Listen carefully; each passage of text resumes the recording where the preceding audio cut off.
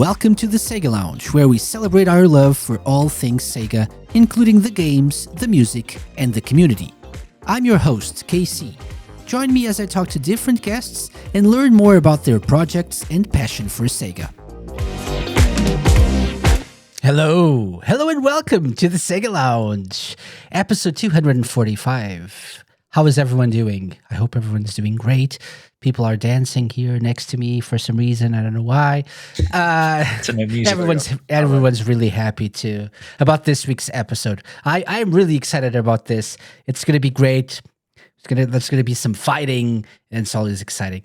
So, that's nice. So right next to me, to my right, I believe, we have SkillJim. Hello, SkillJim. Hi, Casey. How's it going? How are you doing? Doing great. Yeah. Thank you for joining us again to put this debate to bed. We're going to put Shenmue at the top. Let's get to the top. Maybe. Also, live reversed. Good evening. Oh, ominous. How are you? Why are you plotting? Are you plotting something against Shenmue? Ooh, you I'm have an enemy played of Shenmue now. Suddenly, you have played Shenmue since last time. Oh, this is going to be interesting. I'm very curious about this. Right. Yeah. I remember him saying on stream as well it was an S rank. So. Ooh. I see. Did I say that? Oh. I think so. I remember that. That's on brand because that's Sonic. Anyway, All right. Yeah, Jaleel Wyatt. Yeah. Okay. Yeah. And Ravsieg. Hello, Ravsieg. Welcome back. You're muted. I don't know why. You muted yourself. I did. Okay. Buonasera, amici. Comment ça va? Refantasio. That's what I know in Italian. Like Refantasio. Metaphor. Refantasio. How's it going, Rav? All's good. Thank you so much for the invitation. Always happy to talk Sega, give my opinions on Sega stuff. And it's always amazing to be with you, all three of you. Always an amazing time for me. I didn't have any choice this time. Because we really needed to finish what we started 9 months ago. Can you believe it? It's been 9 months already. It's been 9 months. That's crazy. Yeah, it's crazy. Yeah. And so that to get here. Yeah, it's time for the baby to come out. The baby being the tier list, the Sega franchise tier list. No, okay, 9 months. No, okay, never mind. Welcome everyone. I see what you did there. Never mind. Moving on. So welcome everyone who's watching or listening live. Welcome to people over on the Radio Sega side of things as well. On Twitch, we had comments from Resident SD and Lewis from the Dreamcast Junkyard, who said, Lewis, just now, this has been more anticipated than Shenmue 4, to be honest. I mean, yeah, I think so. I think that's accurate. It's an accurate statement there. Yeah, not going to argue with that. Anyway, so for people who are not really familiar with what we're doing today, there's no news. There's nothing else to talk about. This is also, if you're watching live or listening in live, this is the best event that's happening tonight, hands down. Right? It's more because it really is, right? It's really the most exciting thing you're going to watch tonight. Yes, indeed. Because you really don't know what's going to happen. Whereas the other kind of thing that's going to happen, it's Final Fantasy VII Rebirth. And technically, that's tomorrow. It's 12:30. Technically, it's tomorrow. Yeah. Well, for us, I mean, it's like in the AMs, but yeah. So let's not talk about the Game Awards. Let's talk about the real content that matters, the Sega franchise tier list. 9 months ago, all of you joined me for a heated discussion to decide where we should place like the biggest Sega IPs. And we came to a sort of an agreement at the time We didn't cover the whole thing because we started with the news on that episode, and then we took like an hour and a half to discuss like half of our list of franchises, and arguably the most controversial ones, because the biggest ones were at the top of the list. We talked about Sonic the Hedgehog, Like a Dragon, Persona, Puyo Puyo, Virtua Fighter, Shenmue, Phantasy Star, Football Manager, Samba de Amigo, Hatsune Miku, and Monkey Ball. Those were the franchises that we discussed last time. We also had on the list Jet Set Radio, Streets of Rage, Crazy Taxi, Golden Axe, Shinobi, Bayonetta, and then each of us picked an extra franchise, and we'll talk about those in a little bit. The plan at the time was to also ask some of our guests throughout the season for their opinions. Not many people, and by not many people, just one person replied. So we're going to mention those, the ranking that person sent to me, as maybe a way to maybe influence us to change our votes or not. We'll see. But at the end of the day, it's the four of us. It's what matters. We are the people who matter here. So let's see Sega what experts. happens.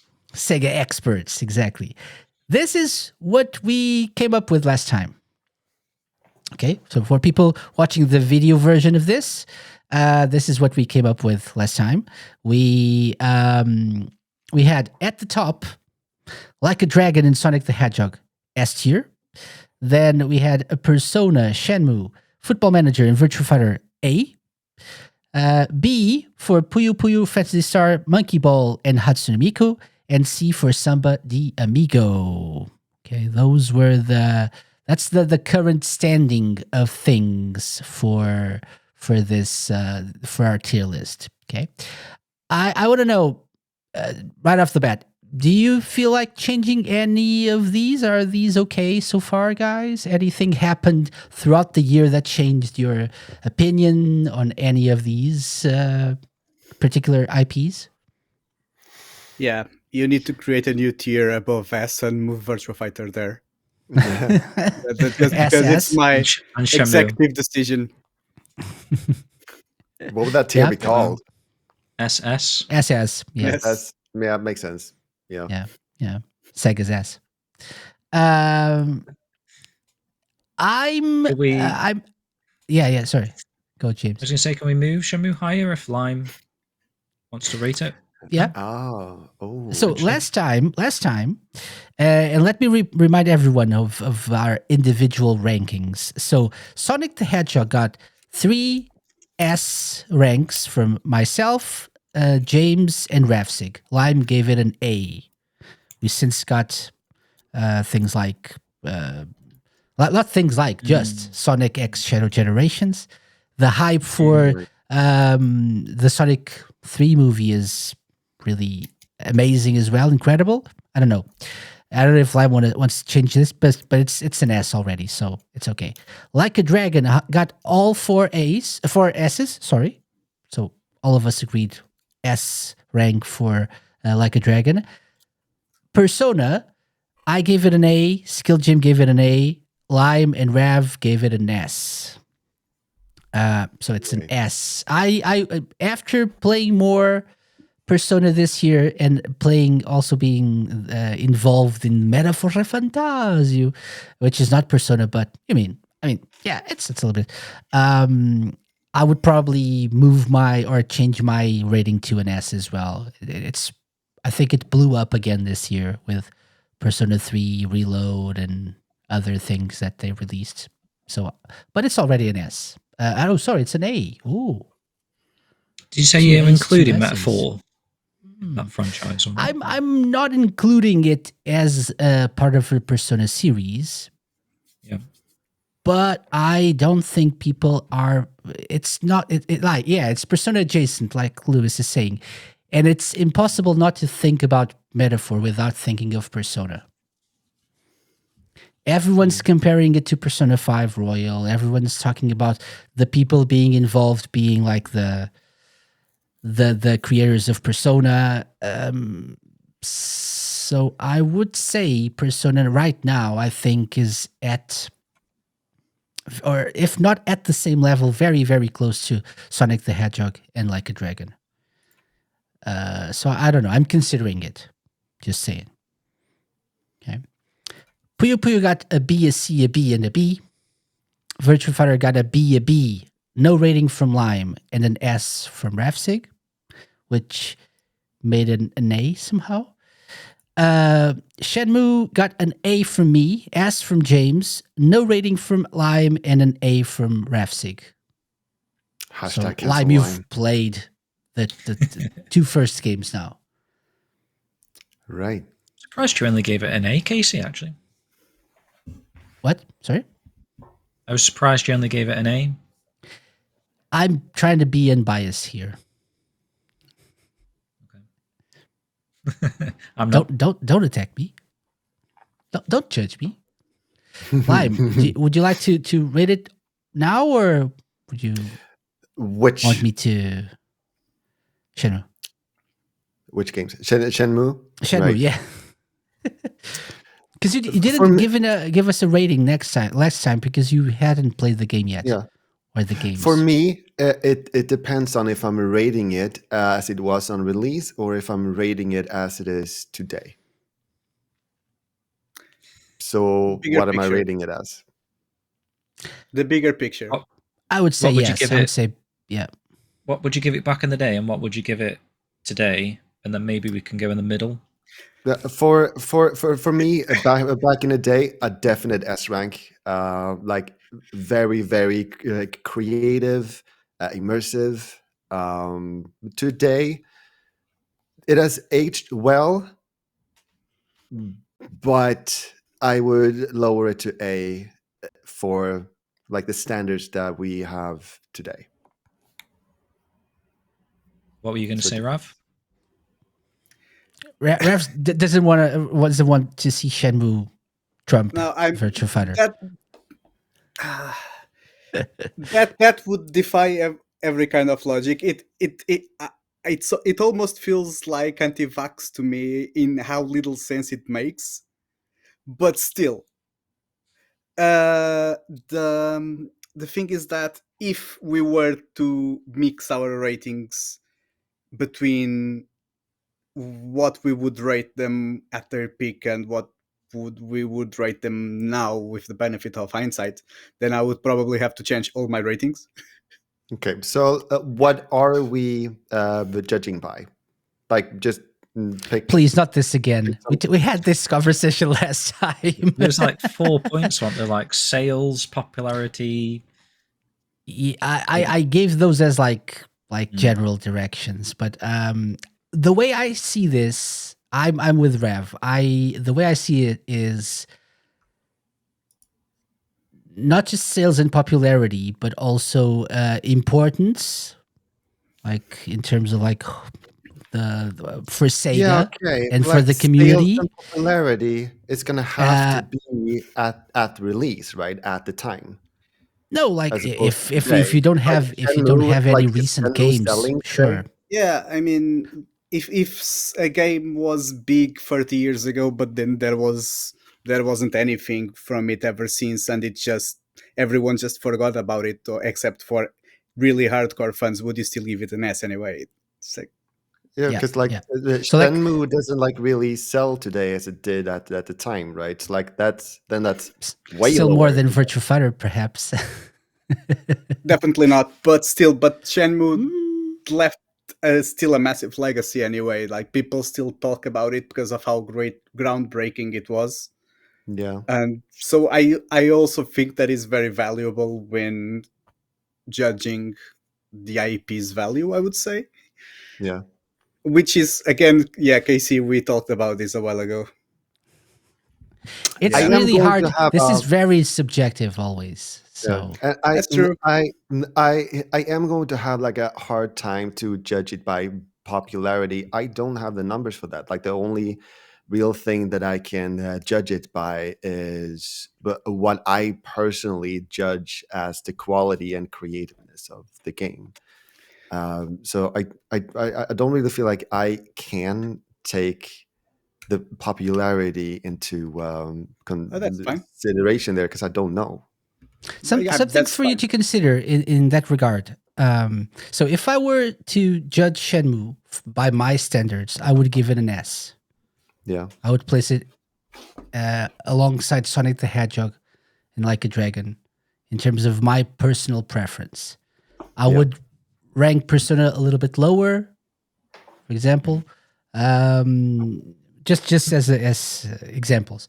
But I trying to be more like unbiased and see the bigger picture. So I don't think it's fair to rank Shenmue alongside Sonic and Like a Dragon as it stands now as a series when compared to like these massive popular series that Sega has put a lot of its weight behind. Right.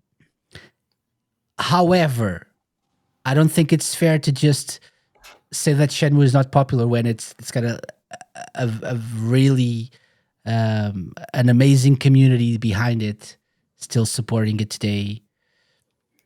No, I'm not. I'm not saying anything. I'm not commenting on anything that you said, Rev. I'm just saying, as an example for Lime to understand my reasoning behind my grading system here. I grade it as an A because I think it's fair. I'm trying to balance the importance of the game, of the series, the impact it has on the community, Today. the community behind it still today, backing the game and the series and pushing for new games. But I have to be honest and realize it and recognize that Like a Dragon and Sonic are like the big franchises and Persona perhaps alongside So, Persona. Ravsieg, did you judge the games for today then, like as they are today? Did I get that right? Yeah, essentially the kind of it kind of a mix, drawing a line between the impact they had in general and Yeah. how big they still are today. Yeah, All Venn right, and diagram. how long it lasted. So, okay, so it's kind of both then, isn't it? yeah. Yeah. Okay. It's in. I feel like one of them. If one of them's really good, it's still pointless. If the other one's negligent, really Yeah. Yeah. Okay. negligible. I mean, my bad. Right. Right. I got it. I got it. With everything in mind, I'm gonna say A.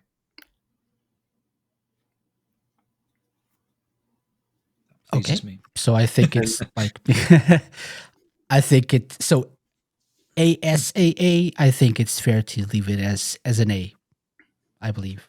Well, we'll see. We'll see at the end. So ASAA. Okay. Uh so after Shenmue had Fantasy Star, we all gave it a B except for Lime who hasn't played the game, so no rating from Lime, so that's a B. Football Manager, A B S from Rev, A from me, B from SkillJim, S from Rev. So we gave it an A. Is that fair? Sense? Yeah. ABS, ABS, yeah, that's the average. A, Yeah. okay. Yeah. Somebody Migo. So myself, James, and Rav gave it a C. So that's a C. Is it fair? Yeah, maybe. I think so. Yeah. I mean, Hatsune it's great Miku. compared to the others. Yeah, I gave an A to Hatsune Miku, and both Lime and SkillJim gave it a B. So that's a B. Yes, B. Just checking. And finally, Monkey Ball. Myself and James gave it a B. Oh, and Rev, B. And then Lime gave it an A. I don't know. We had a great Monkey Ball game this year. Ever since we last talked about within this. the last 9 months. It was. Right. And it's got it gotten a 2.0 update, which is really good as well. A lot of great content that's being praised by a lot of people. Does it deserve an upgrade from a B I mean, with 3 Bs and an A? Not maybe, actually.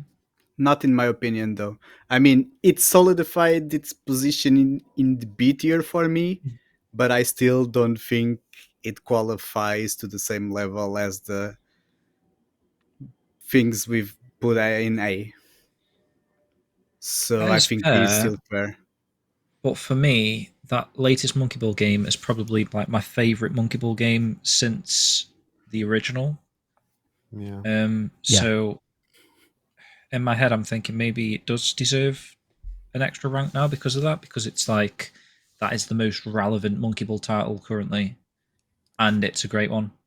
So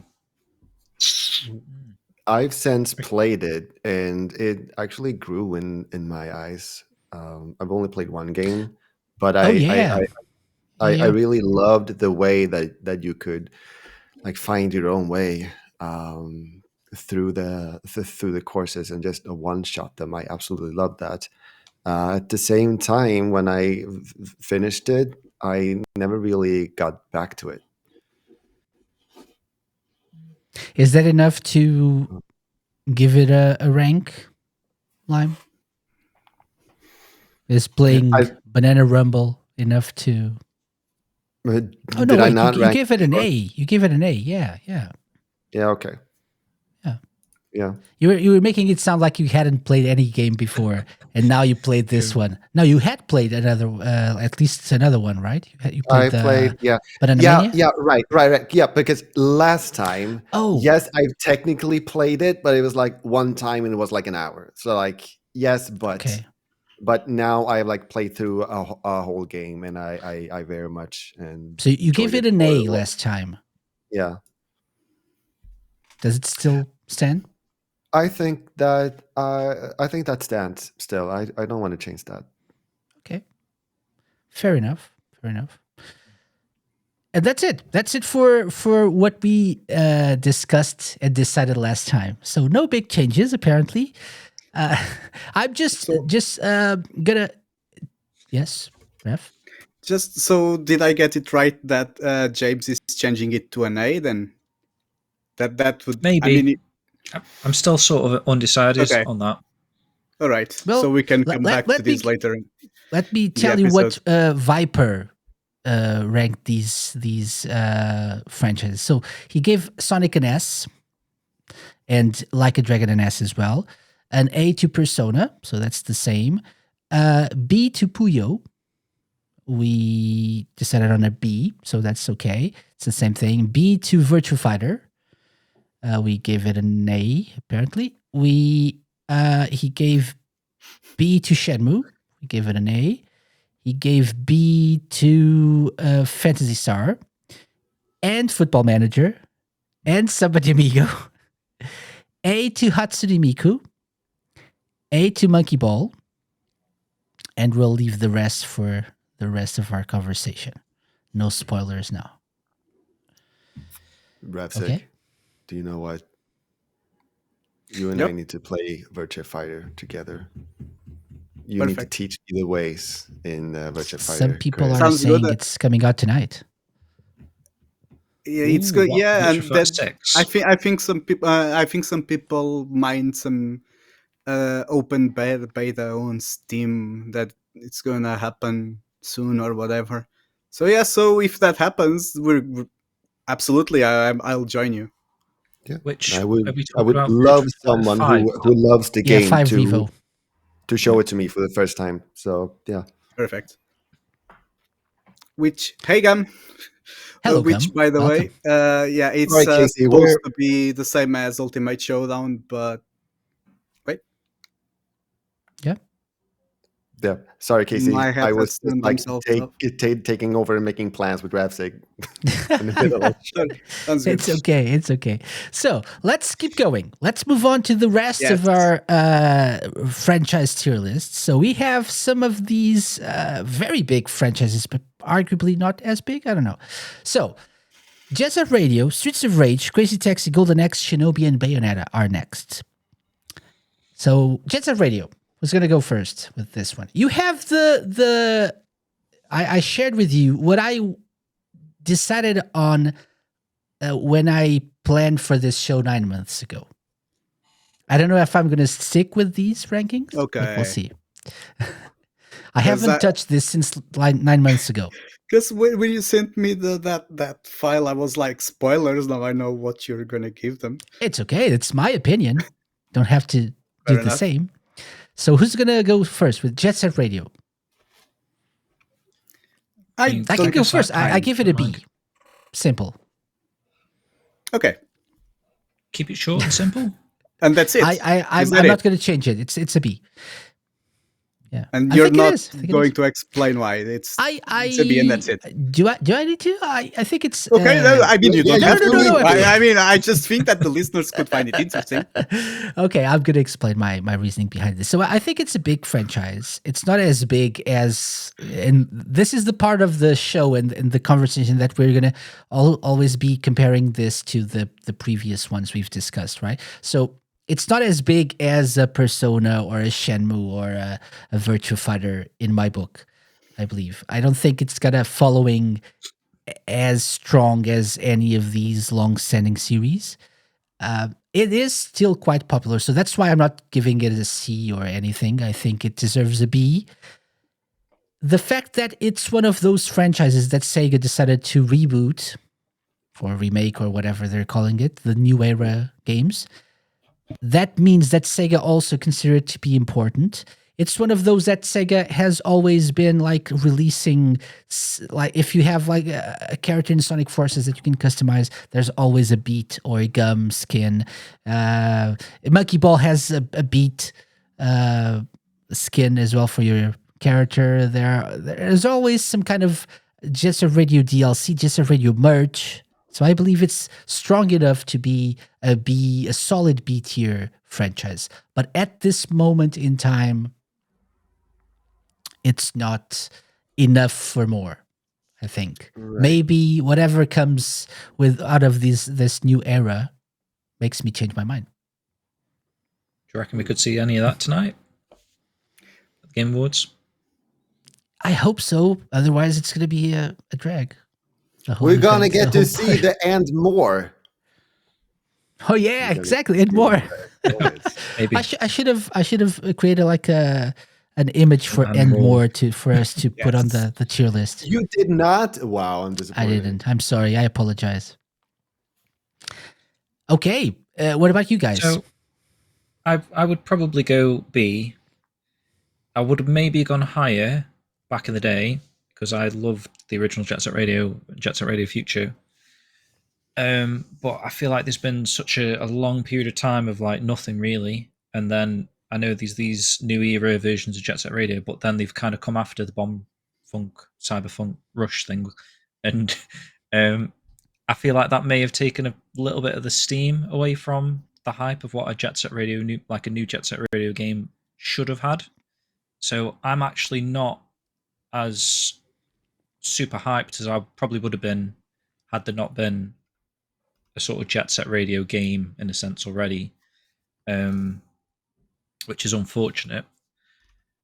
So for me, I probably would put it as a B at the moment, and that's probably with like an asterisk that if the new game and maybe the live service version or whatever is successful, it probably then does need to go up to an A, because I think it does have it is like a franchise that does have a bit of weight to it, and there is like it's slightly smaller, but there is a cult dedicated following to that have been waiting for a new Jet Set Radio game for ages.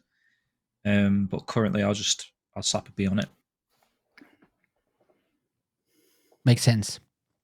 I do think it makes sense. Yeah. So to clarify again, it's not what I'm not just saying it's a B because I consider this to be a lower quality series or anything. I would probably back in the day rank it higher as well, just like you. But need to be fair here, or at least we try to. Lime, you've played Jet Set Radio. I have since played Jet Set Radio with you, together with you. Actually, yeah. Hashtag uncancel Lime, SE. So do you have an opinion on this? I was surprised because it has a solid concept. and it's easy to understand, and it is intriguing to do that. It's fun to uh, fly around the sandbox world there and get to the places that you need to get to. I was surprised by how much fun I had with it. Um, so yeah, but then again, as you pointed out, what about today? And so that maybe that does take it down a little bit. And I guess that they could do a little bit more with the concept than what I played. So, like, my gut feeling is to land on the same there, like a B. Fair enough. Fair enough. Rav. No, I'll preface this. I always say this, but I'll preface this by saying that I decided to decide on my ratings before we came here, so that it would be unbiased in relation to what you were saying. And interestingly enough, it's not all that different, because I was for Jet Set Radio, I was very much on the fence between a B and an I, and an A, sorry. And eventually I decided to go glass half full, the positive way, and I'm gonna give it an A actually. Um, it definitely suffers a lot from the fact that it's been dormant for a long time, but it gets bonus points for the fact that its popularity is still really strong. I mean, I was at the Comic Con at XL few weeks ago. It must have been like 1 month ago, and there were people cosplaying Beat and Gum there in middle of all the mainstream things. That's a good point. Yeah. Which, I mean, people still love it despite the fact that it's been quiet for so long. And to be fair, and like, believe me, I do not say this out of any personal issue with Shenmue, because if anything, I personally enjoy Shenmue more than Jet Set Radio, and I appreciate the brand itself more than I do Jet Set Radio. But the impression I've got from my time in the internet is that actually the opposite to yours, which is, from what I see, it looks like Jet Set Radio got a lot more fans than Shenmue, which it is my perception from what I see. Yeah. It's okay to be wrong. Uh, I don't know. I don't I'm have not any sure on that. numbers. Like Clive was saying, I don't have any numbers. me mean, we neither. did- It's my perception. Our Like, perception varies from the circles we frequent, right? Yeah, It's- because for every person that I see saying positive things on Shenmue, I see like 10 people saying positive things about Jet Set Radio. Whenever I am on Sega's social media channels and or circles and all of that, it's not even close. But moving on, I think, and to my headset turned itself off again. I probably need to go charge it at some point. It kind of made me lose the my Shenmue train of thought. It's the Shenmue No, curse. I mean, I'm giving it an A as well, because it stood the test of time because of it, the way it kind of bucked the trend. It bucked the trend with the cel shaded graphics and all those vibrant visuals, which explains a lot as to why it's still in high demand and why it's coming back.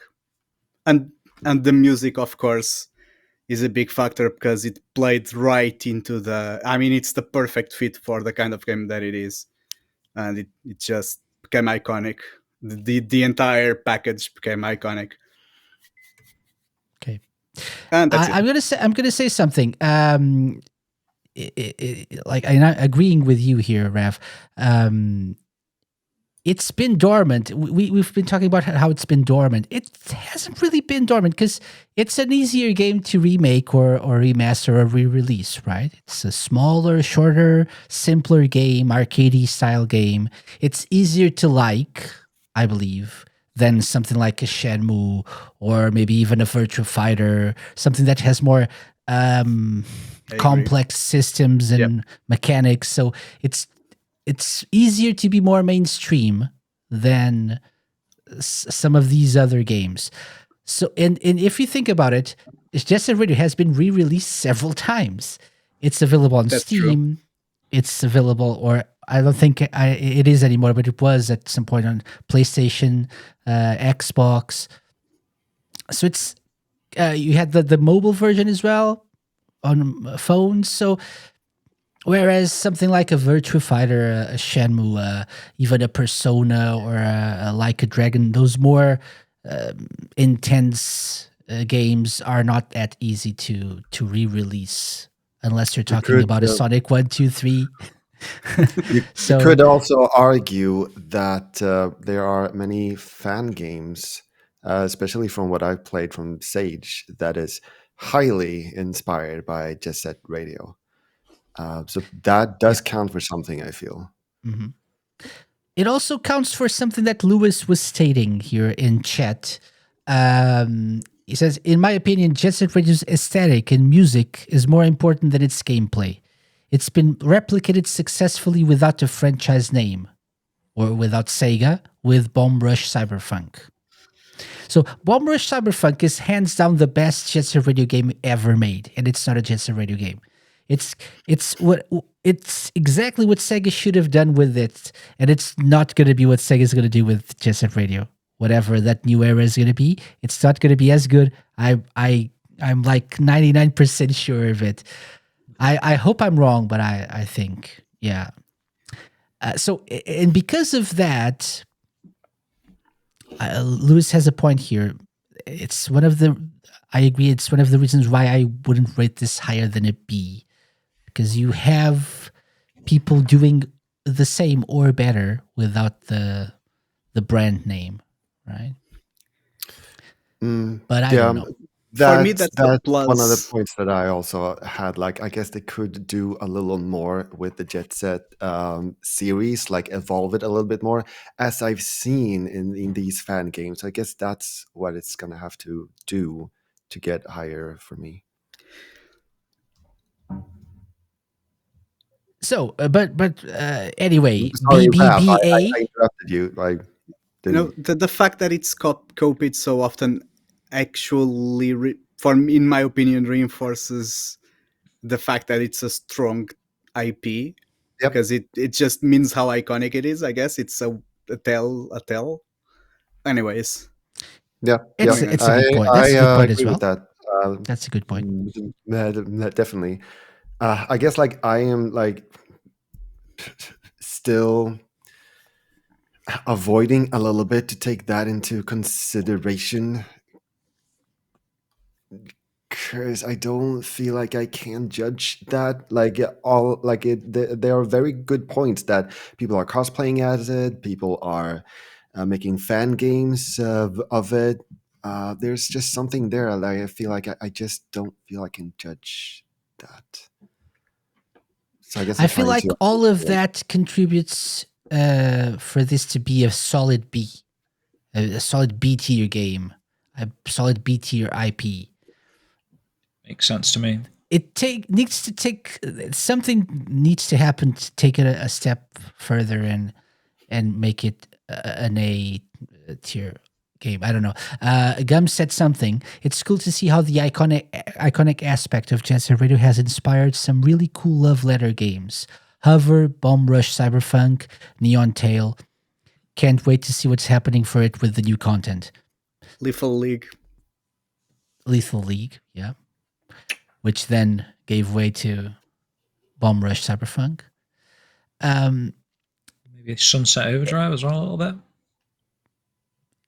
Would you say it's inspired by Jet Set Radio? Could be. I think. Hi-Fi Rush? Hi-Fi Rush, perhaps. Rush. Which is a recent game, last year, I think. Lewis said you can't do Shenmue without Ryo. You can do Jet Set Radio as long as you've got the formula.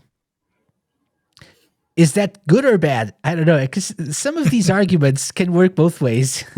Yeah, true. But anyway, if nothing changes from us, we have 3 Bs and an A. Viper actually gave it an A, by the way. Not trying to influence anyone. But, so are we going with... I've been like debating with myself. Should I go up to an A? Should I not go up? So I'm still unsure. So I'm still like staying, but like I don't know. So at this point, we have a B. For the right price, Ravsieg, I might choose. Okay, I'll see what I can do. I'll have I to think maybe we need to sort of wait until the new one Yeah. releases before you can really make an astute judgment. Nice. So I'll give it a B for now, and then at the end we'll go through the whole list and see if we want to change anything. Okay, next up on the list we have Streets of Rage. Anyone wants to go first this time? Meaning before me? Before you. I don't know why I give it this. Do I still think it's this? I don't know. I think maybe perhaps I think it is. I think it is. Agree with you, yeah. I think it is. Again, and everyone listening is like, what did you give it? What did you give it? An A. I give it an A. Yeah. Well, it's another one of those games that's been dormant for ages, and then we got Streets of Rage 4, which has like been such a beloved entry in the series by pretty much everyone that's played it. So I think because of that, Streets of Rage is back, and I feel like people are hyped for Streets of Rage again. I know we're supposed to be having a movie. We're obviously getting this 3D version of Streets of Rage as well at some point, which, from what I've heard, like people seem to prefer the 2D Streets of Rageness over like a 3D. But I am also excited at the same time to see how well it can sort of convert into a 3D. I know Fighting Force back in the day was supposed to be like the 3D Streets of Rage one too, and then it was rebranded. But Spike Out a little bit, maybe, yeah. Maybe, I don't know. I think iconic wise and how well it's known, like literally, I feel like kids might even know what Streets of Rage is, and obviously that's maybe in part due to 4, but I just feel like it's got more of a, like it's more popular outside of like Sega circles as well. Like people know what it is, Streets of Rage. I don't think it's like, oh, what's Streets of Rage? If you ever hear it in a conversation, I think people know what it is, more so than say like Jet Set Radio, Monkey Ball. I think you're probably right with an A. I would go A, and I don't want to use your sort of rating to influence my rating, but I just think I would have probably said an A had I not seen. I'm definitely getting influenced by all of your the arguments. So yeah, no shame. No shame at all. Influence at all. Because I mean, I know that, me, like my own experience and the thoughts of it. Like I know I might not have thought of everything. So now I'm like gathering more info, like to really like get a little bit more. And that's why I think this discussion, these discussions are cool, because we hear things we haven't thought of. James just said something that I remember he mentioned last time, which is like a nice line of reasoning, which is kids or people outside of like the core Sega community know of this. That's a good way to to measure the popularity or how big a franchise is. I'm not sure if I would agree that people. I mean, gamers, like generic gamers, probably of a certain age, probably know what Streets of Rage is.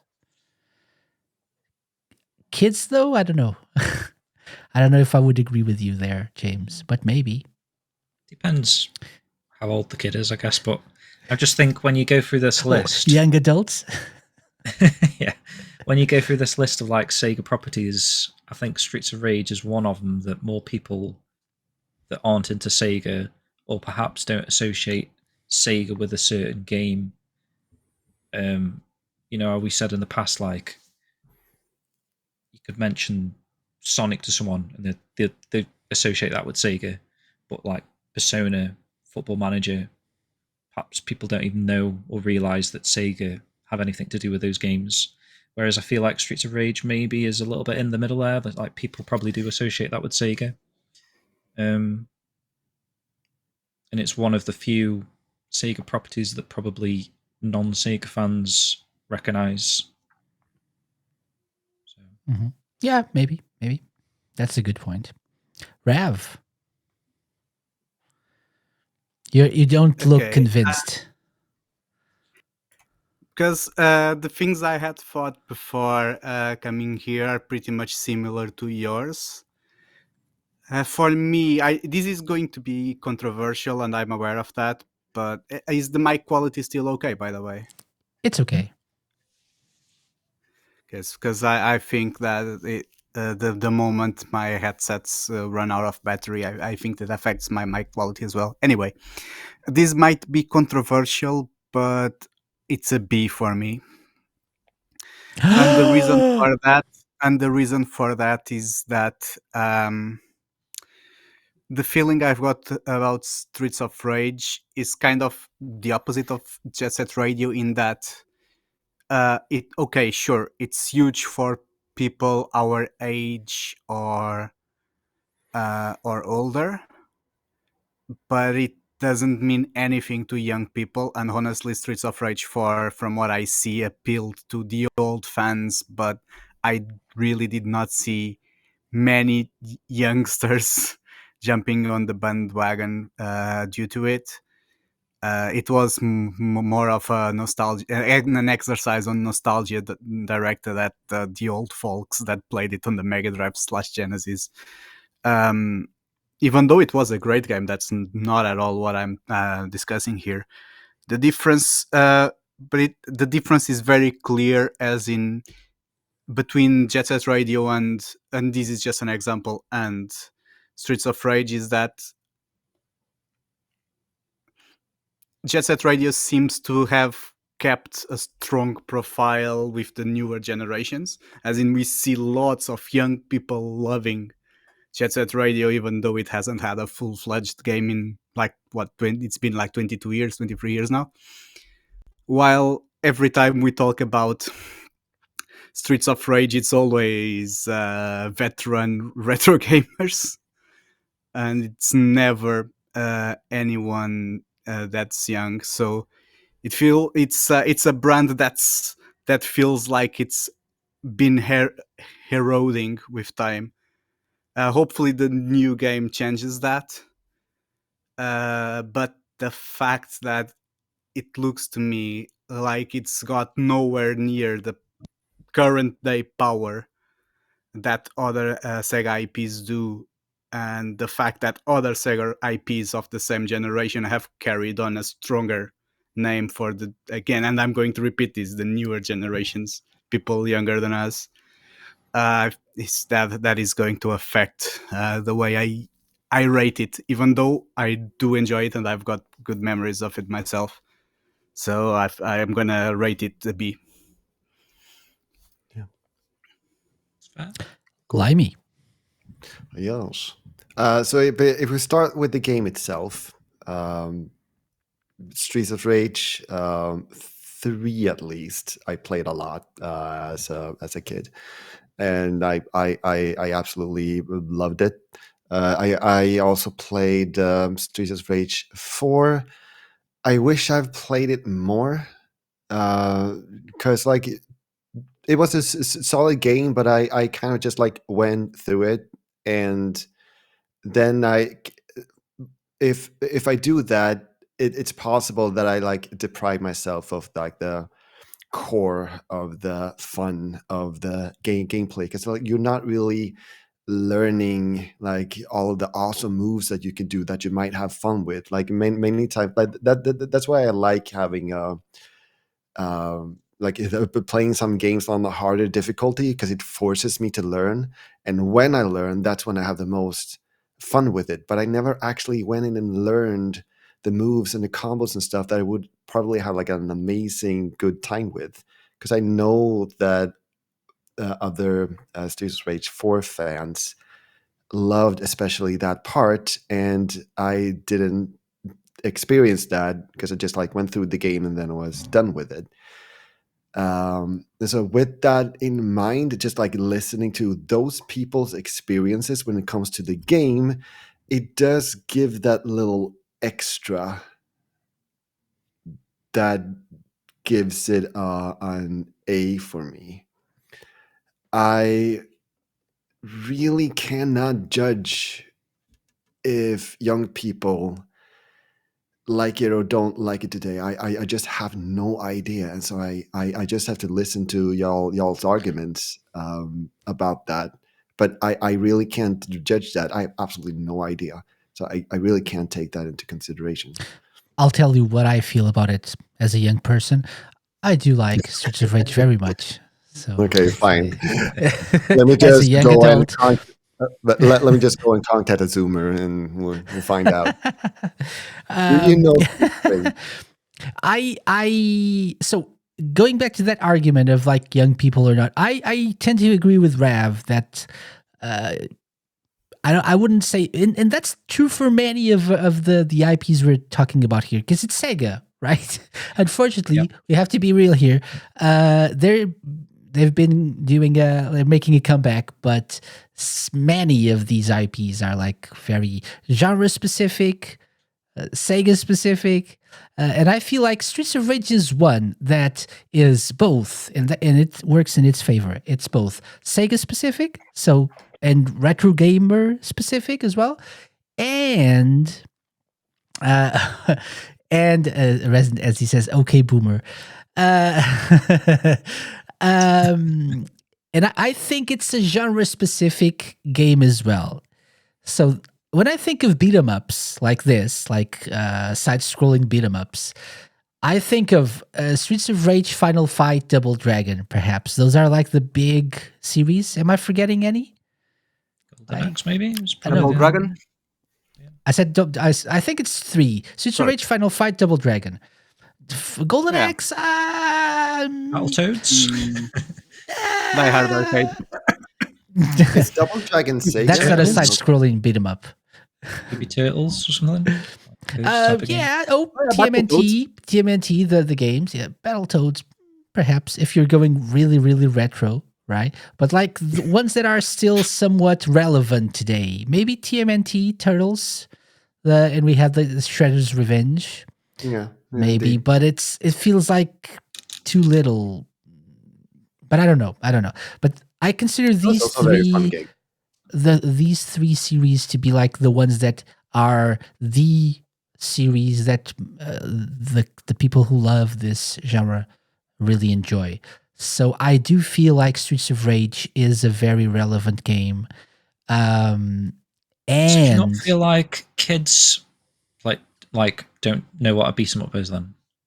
Because if you're saying like those are the 3 main beat 'em up titles, I would love to tell you what kids think, but I really don't. all I was thinking was like, let me just sort of like explain my point of view on that. I was thinking when those Sega games were like announced recently, the new era things, and maybe tonight if we get some more, I feel like, you know, when you get like loads of people saying like, what's this, what's this, what's this, I feel like if Streets of Rage came on the screen and the title was Streets of Rage, for example, I wouldn't expect to see everyone in the chat being like, what? What's Streets of Rage?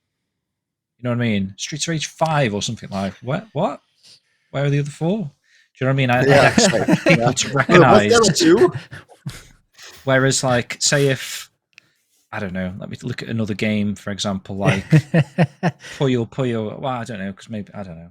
I don't know if I'm making any sense. Okay, Virtual On then. like one of the ones at the bottom. Oh, shots fired. Just No, saying, it's like, true. if- I'm not going to argue because that's true. I just That's true. expect the people in in the the West. chat to like not really know Mhm. certain things Sega related, but I would have assumed people to not be surprised by Streets of Rage and be like, "Oh, what's this game?" Yeah, I get what you're saying. And what I was saying in terms of like it being a genre type of game, if that makes sense. So people in the beat 'em up community know of and love Streets of Rage. Streets of Rage 4 was a big thing. Let's not forget Streets of Rage Remake, which is a big thing for a very long time with a strong community behind it. Kept the franchise alive. Let's not forget the countless fan games that were inspired by Streets of Rage, and that ultimately ended with the release of Streets of Rage 4. So I do think it's still a big franchise. Is the beat 'em up genre dying or not aging well, like Ravsieg posted in chat?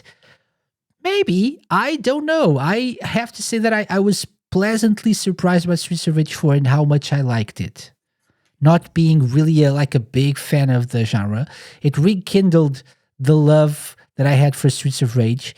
And it's really, like Climbs was saying, if you put time into the game, it's so much fun. It's and like the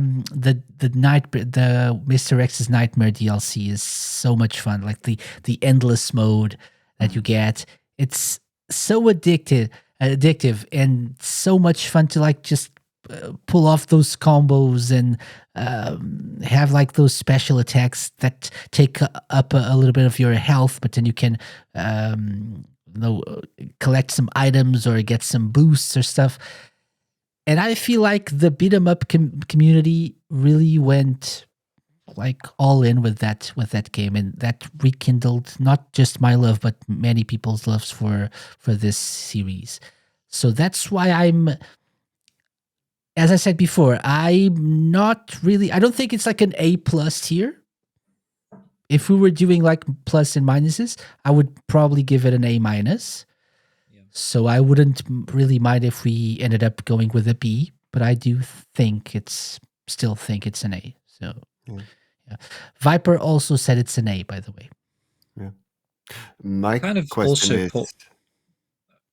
Sorry, Lime. I was just going to say, kind of also almost put that .emu company on the map a little bit as well, and they've gone on to create games like Shredder's Revenge or whatever, and people are excited for those type of games again because of that company having so much success with Streets of Rage 4, right? And then the Shinobi one as well, right? That's so Lizard Cube. You mean Lizard Cube? Lizard Cube. Sorry, yeah. .emu was the publisher, and right. and so that Shredder's Revenge and whatnot. They published that as well. Yeah. Okay. So is it an A? 3 A's and a B so far? Okay. Yeah. Moving on then, because we have more series to talk about. Crazy Taxi. Hey. I give it a B. Why do I always have to start? I should have just put my rankings I just here. love Casey hey. I give it a B. I give it a B. I don't like to make crazy money. No, I give it a B for basically the same reason I gave Jason Radio a B. Although I would, if we were doing plus and minuses, I would probably give it a B- when compared to Jason Radio. However, since I gave this B 9 months ago, I sort of realized that it's more popular than I understood at the time. So it seems to be one of the most popular Dreamcast games. I didn't really understand why Sega decided to go with Crazy Taxi as one of their new era games. I love, especially the original on the Dreamcast was one of my most played games back then. I don't think it's going to be as popular now, like in terms of mainstream appeal. We've talked about this many times before, but it depends on what they do with it. But I wouldn't place it as high as Jet Set Radio, for example, or again, if we were doing like plus and minuses. But I think a B is fair enough. I don't know if you guys have a different opinion in terms of like comparing Jet Set Radio, Crazy Taxi. You think like Crazy Taxi is more popular than Jet Set Radio?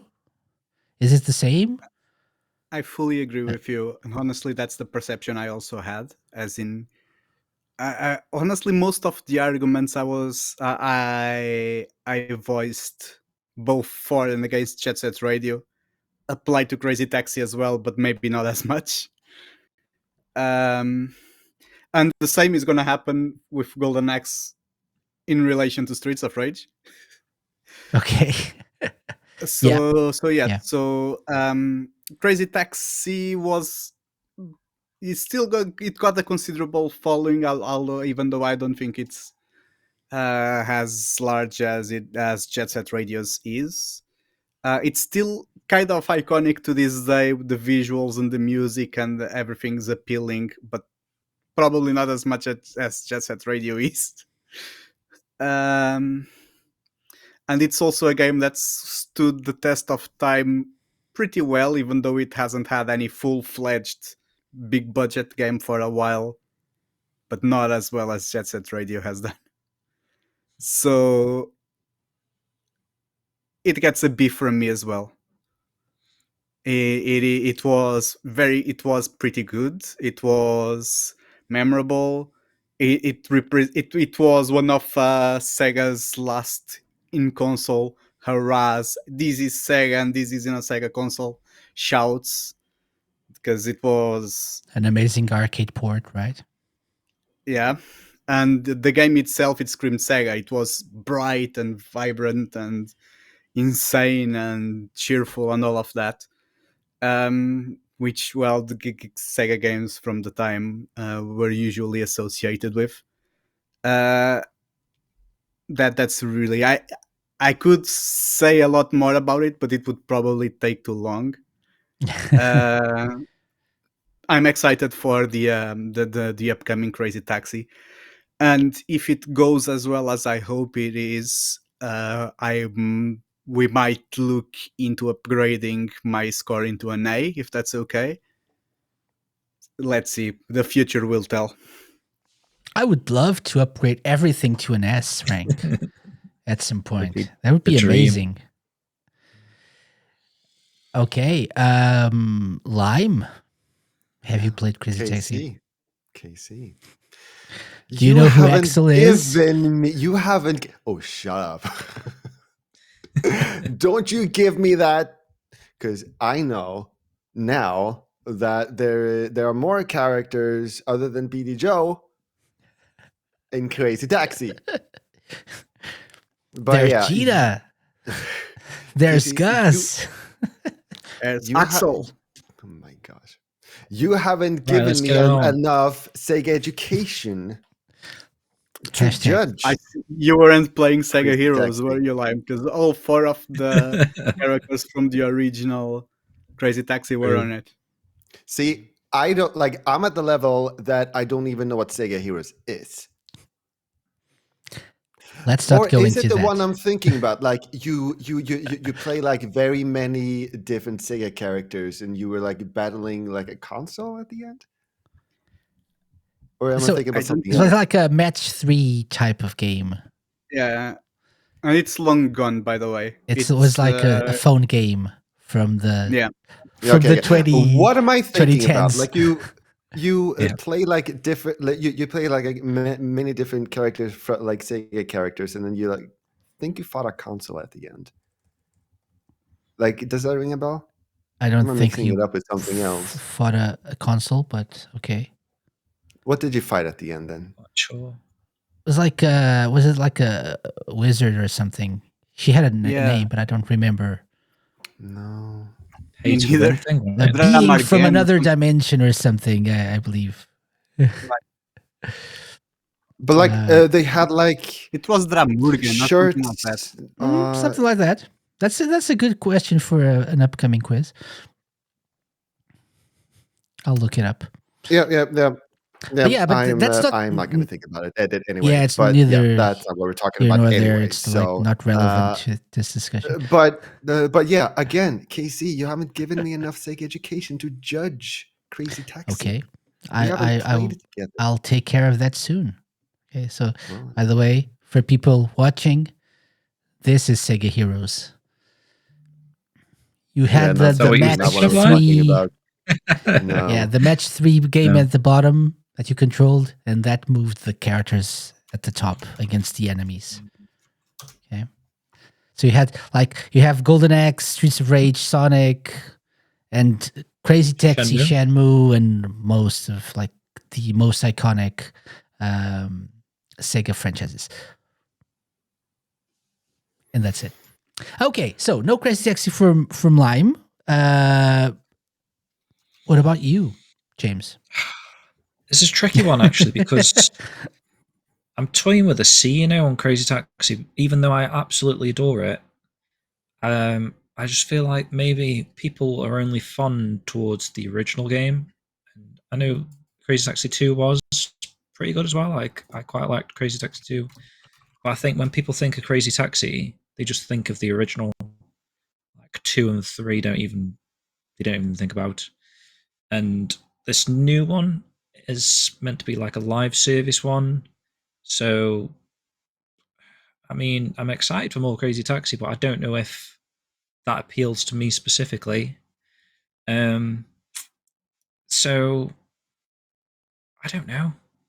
Like I probably would give it a B, but as like an ongoing series, maybe it's only the first game that people actually like.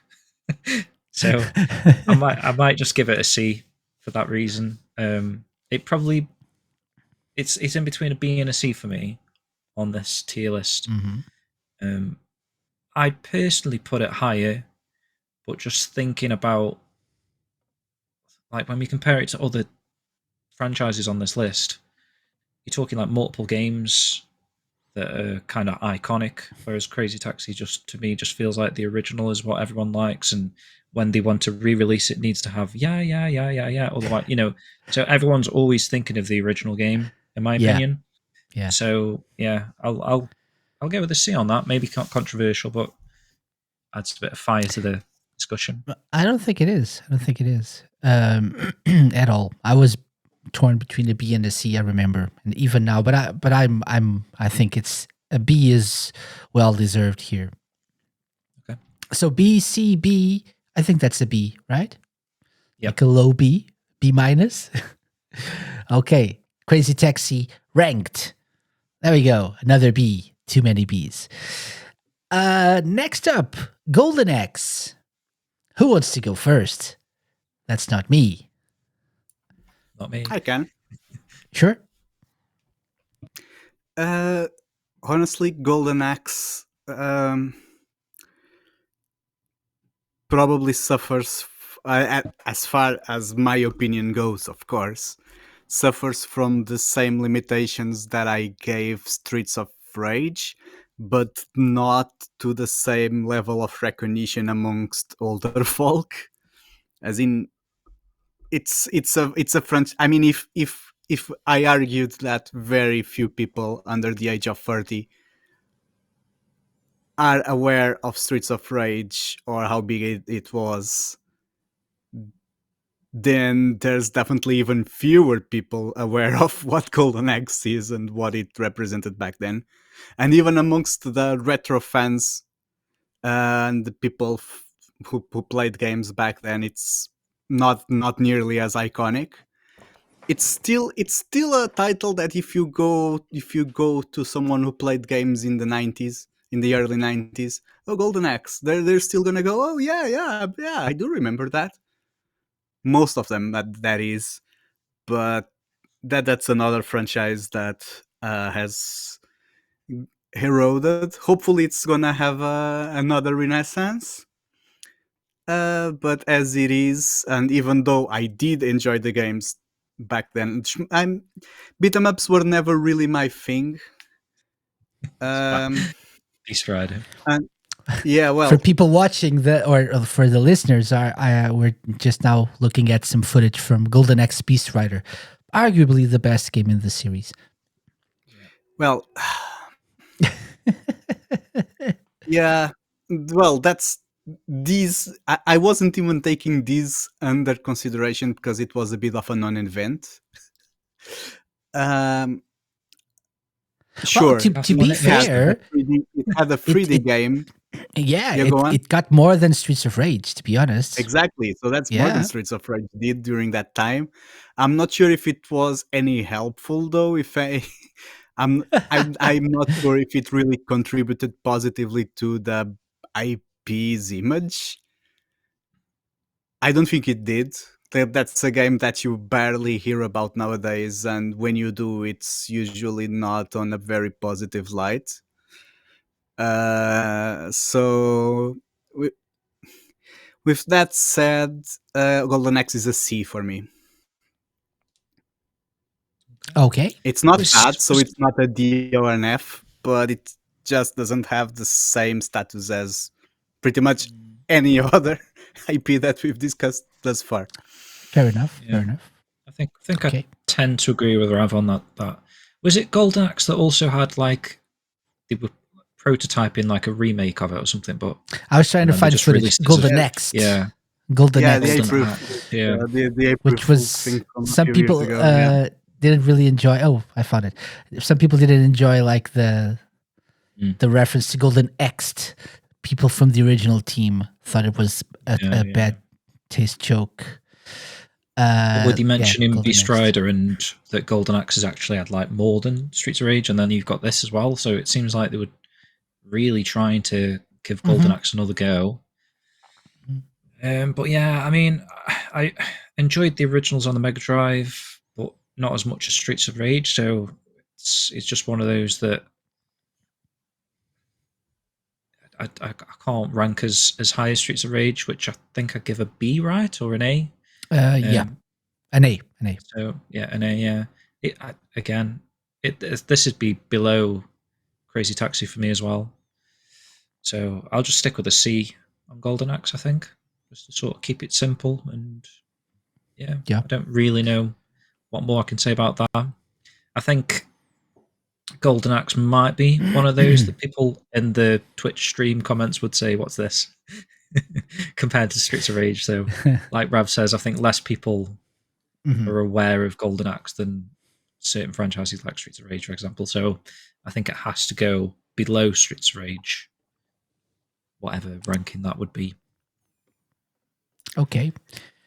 Sorry, Casey. The thing with the original devs for the Golden Axe the prototype that came out on April Fools, I think that was the Steam Steam description had some like negative word on that, like it called the game like shoddy or clunky or something like that. Was it just the title itself? Like they called it Golden Axe. Something in the description. I'm pretty sure of.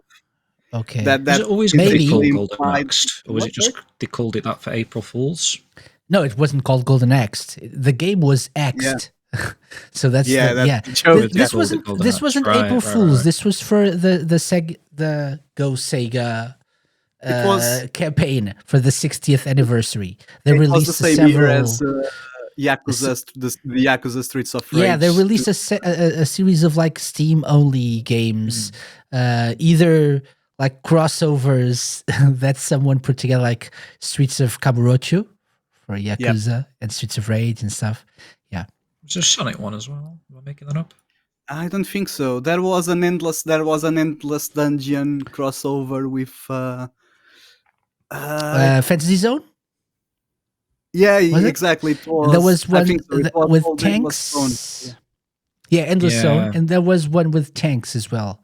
I believe we played that on stream, Rav. We did at one point. We did. Yeah, I I was think we thinking of played the all of murderous them. Sonic thing. That's why I was thinking of. I think That was an that was an April April Fools. Fool's one. Yeah. This But was that like a wasn't the same bonus year, thing actually. for as a celebration of Sega's 60th anniversary in 2020. Yeah. Lime, Yeah. any comments on Golden Axe? I did play it, but not so much that I feel I can judge. Like I tried it out, I guess, like a few times, but I don't think I got further than the first stage, if even that. So I don't think that's enough to judge it by. I do agree, though. Like from what I played, it probably should go below Streets of Rage. Mhm. But yeah, I don't dare Yep. give it a rating. Makes sense. I gave it a C as well. So I agree with everything that's been said so far. I just wanted to add that it's really weird for Sega to go with Golden Axe. I think it's weird for Sega to go with Crazy Taxi for this new era thing, but it's even weirder for them to go with Golden Axe. I think the only thing that makes it stand out is the theme of the game, like the setting, like the medieval thing, and maybe trying to do something Elden Ring / Dark Soulsy like with it to Possibly. attract that kind of audience. I don't know, because other than that, why? Like, why try to resurrect something that's been dead for 10 plus years? I don't know, more. Like Beast Rider was probably like 2004, 6. I don't know. They tried to do this prototype 2012. So why? I don't know. It would be even weirder to do like Altered Beast, but I think there's a little bit more of an attachment of some people to Altered Beast because for many people, it was their first Mega Drive or Genesis game. Before Sonic, the Mega Drive came packed in with Altered Beast. This is in the US, I believe. And so there's like a personal attachment, like a nostalgia feeling towards Altered Beast that I don't know if is still there for Golden Axe for many people. So just wanted to throw this out there. I don't really get why, but I'm excited to see what they come up with for this. And the So let's TV show, see. right? Oh, that's a TV show as well. Another one. Another, like, what do we call it? The transmedia thing, right? And Streets of Rage has a movie. So I don't know. Movie, TV show, True. I don't know. Okay, so that's Golden Axe. Up next, Shinobi. Joe Musashi. I like how you grouped all these together, by the way, the new era set of Yeah. 5. Just feels kind of like I'm comparing it to like the upcoming release that isn't a thing yet. So Mhm. it's difficult to give a ranking because this new game could like blow it into the stratosphere. I don't know. That's the thing, right? So I didn't know if we would get anything in terms of news, like trailers and anything that would like maybe sway us to change our votes, our rankings. But we didn't get anything, so we're still in the dark, completely in the dark about everything. I don't know, Shinobi. What do you think, James? See, for me, C without for this you? upcoming game, well, yeah, I was going to say a C actually. Without this upcoming game, I probably would rank it as a C, just because I feel like, I don't know, it's not really been a thing for ages.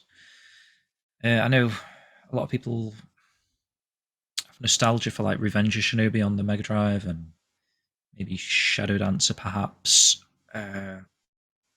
Outside of those games, I think similar games like Ninja Gaiden took over that ninja vibe that you'd get out of a Shinobi game.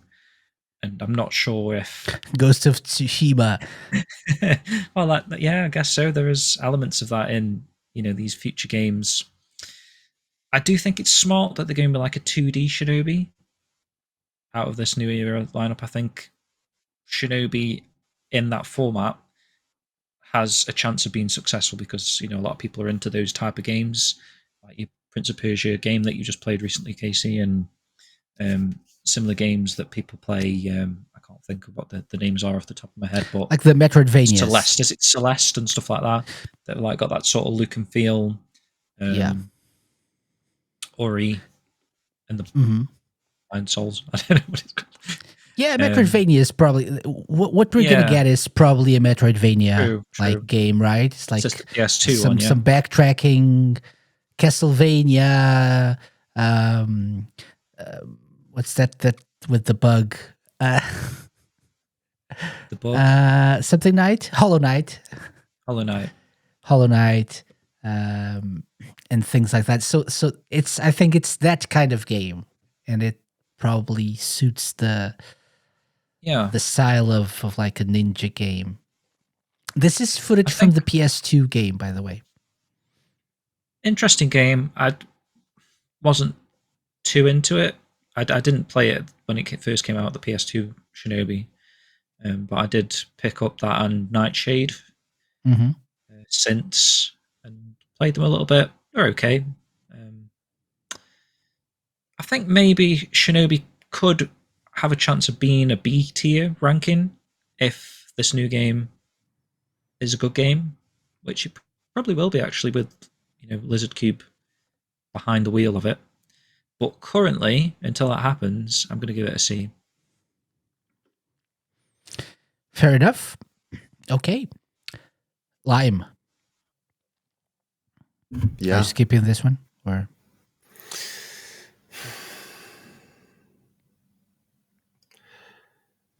I probably should, but I do still kind of agree, like somewhere like CB, probably C, like from what I've seen, at least. I haven't seen this game though. So, like, if we're gonna do the whole series, like what I'm thinking about is like very the Mega Drive early. one. Yeah, like a very early one.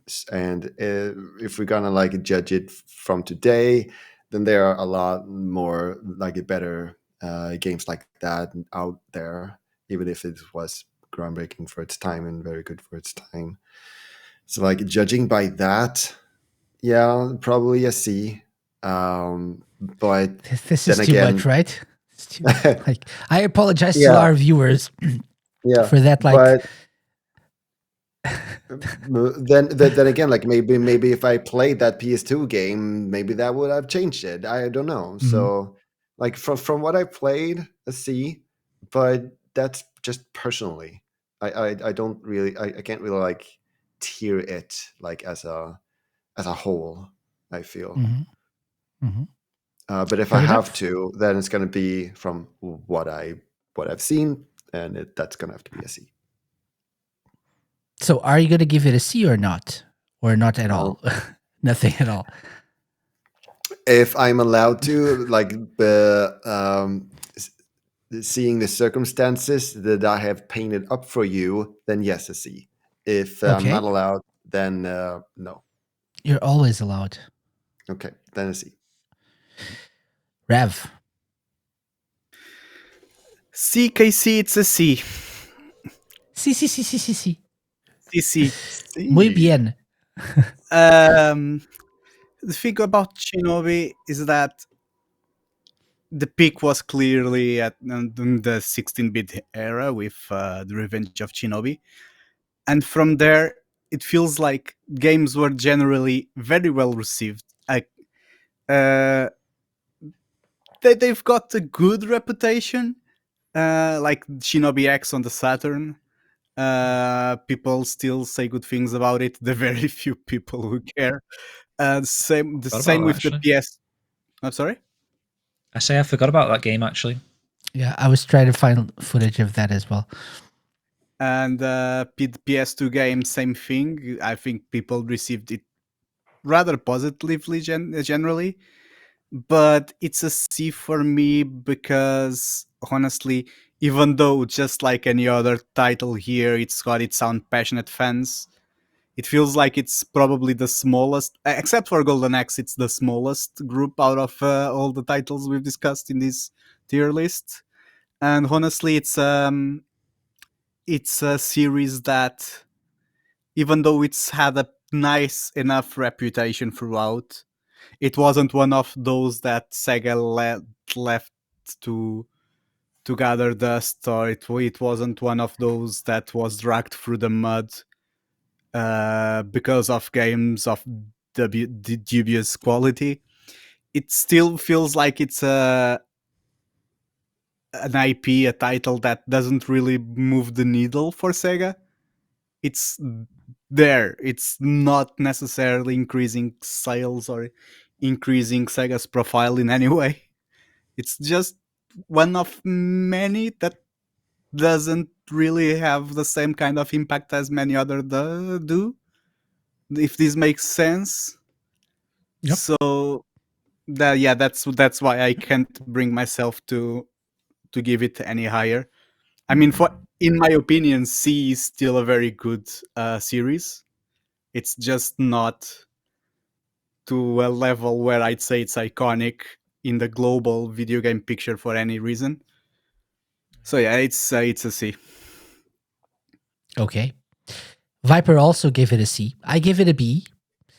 For the simple reason that I don't think it's fair to place it on the same level as Golden Axe. I think it's a tier above. I did consider But- that. But I do mostly agree with everything that you just said, all of you. So I understand why C is the way to go here, which is like there's no contest here. I would place if we were doing like plus and minuses, probably I would give Shinobi a C plus then, and would place Golden Axe lower because I feel like Shinobi is better known and more loved than Golden Axe in certain circles, not just the Sega circles as well. Because what you said, Rav, is a very good point. They didn't like abandon the franchise. They just didn't release a game for the Dreamcast, which would probably make a whole lot of difference because they had a Saturn game, they had 2 PS2 games, so they kept working on it. DS game as well, right? Sorry, 3DS game. Oh, there was a 3DS game that was very good. By the way, kind of hard as nails, but very good. And I totally forgot about that. Well, so maybe it's really a B. Okay, but I understand it's not as iconic as some of the other ones, as some of the other Bs on this list. So to be fair, and we have a monkey ball on B. We have how did we just give B to Hatsune Miku? I think this isn't fair. Jet Set Radio is a B, so yeah, Golden Axe should be. Golden Axe and Shinobi should Don't blame me. Actually, I do blame Rev because he didn't vote. So You didn't vote, yeah. he didn't vote. Okay, so that's C for Shinobi. So to close off this like regular list, Bayonetta. I didn't vote for this one because I just played a little bit of one of the games, so I don't have enough experience with this. And I know, don't cancel me. I know it's a very good series. I'm just curious to find out what you guys or how you guys would rank Bayonetta, which is surprisingly a Sega franchise. There's, Yes. I'll say, if I go first, I'll say an A for Bayonetta, just because I feel like it's broken out of the mold of these other titles that are, well, okay, I won't compare it to other titles like Sonic, for example, because that definitely has broken the mold, but Bayonetta, in terms of like being on other systems and primarily now like a Nintendo exclusive almost, I feel like it's become a more well-known series ever since that happened to it.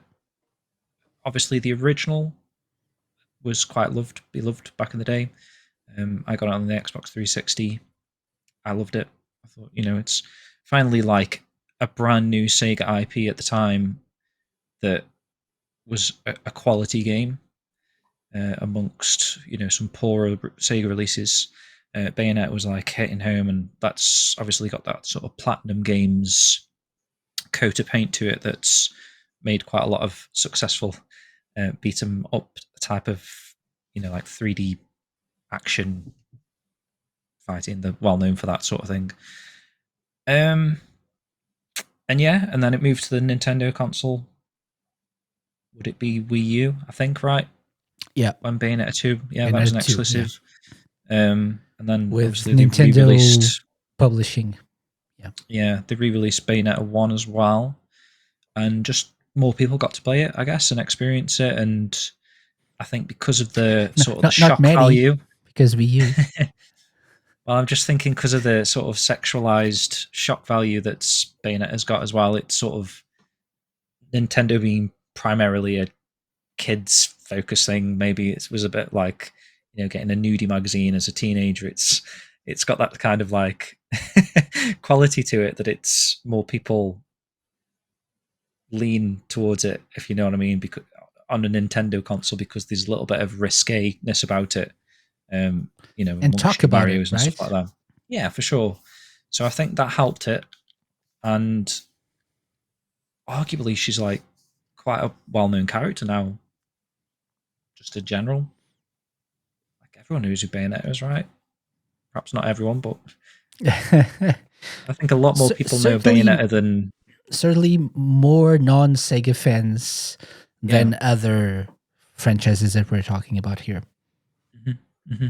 And I know there was a third game. I wasn't as keen on the third game, but I know it was beloved as well. That's just a personal thing for me. But there was Origins as well, like the 2D. Yeah, that's true, and that's Suressive thing, whatever. Didn't do as well, I don't think. But obviously, it's a game in its library now.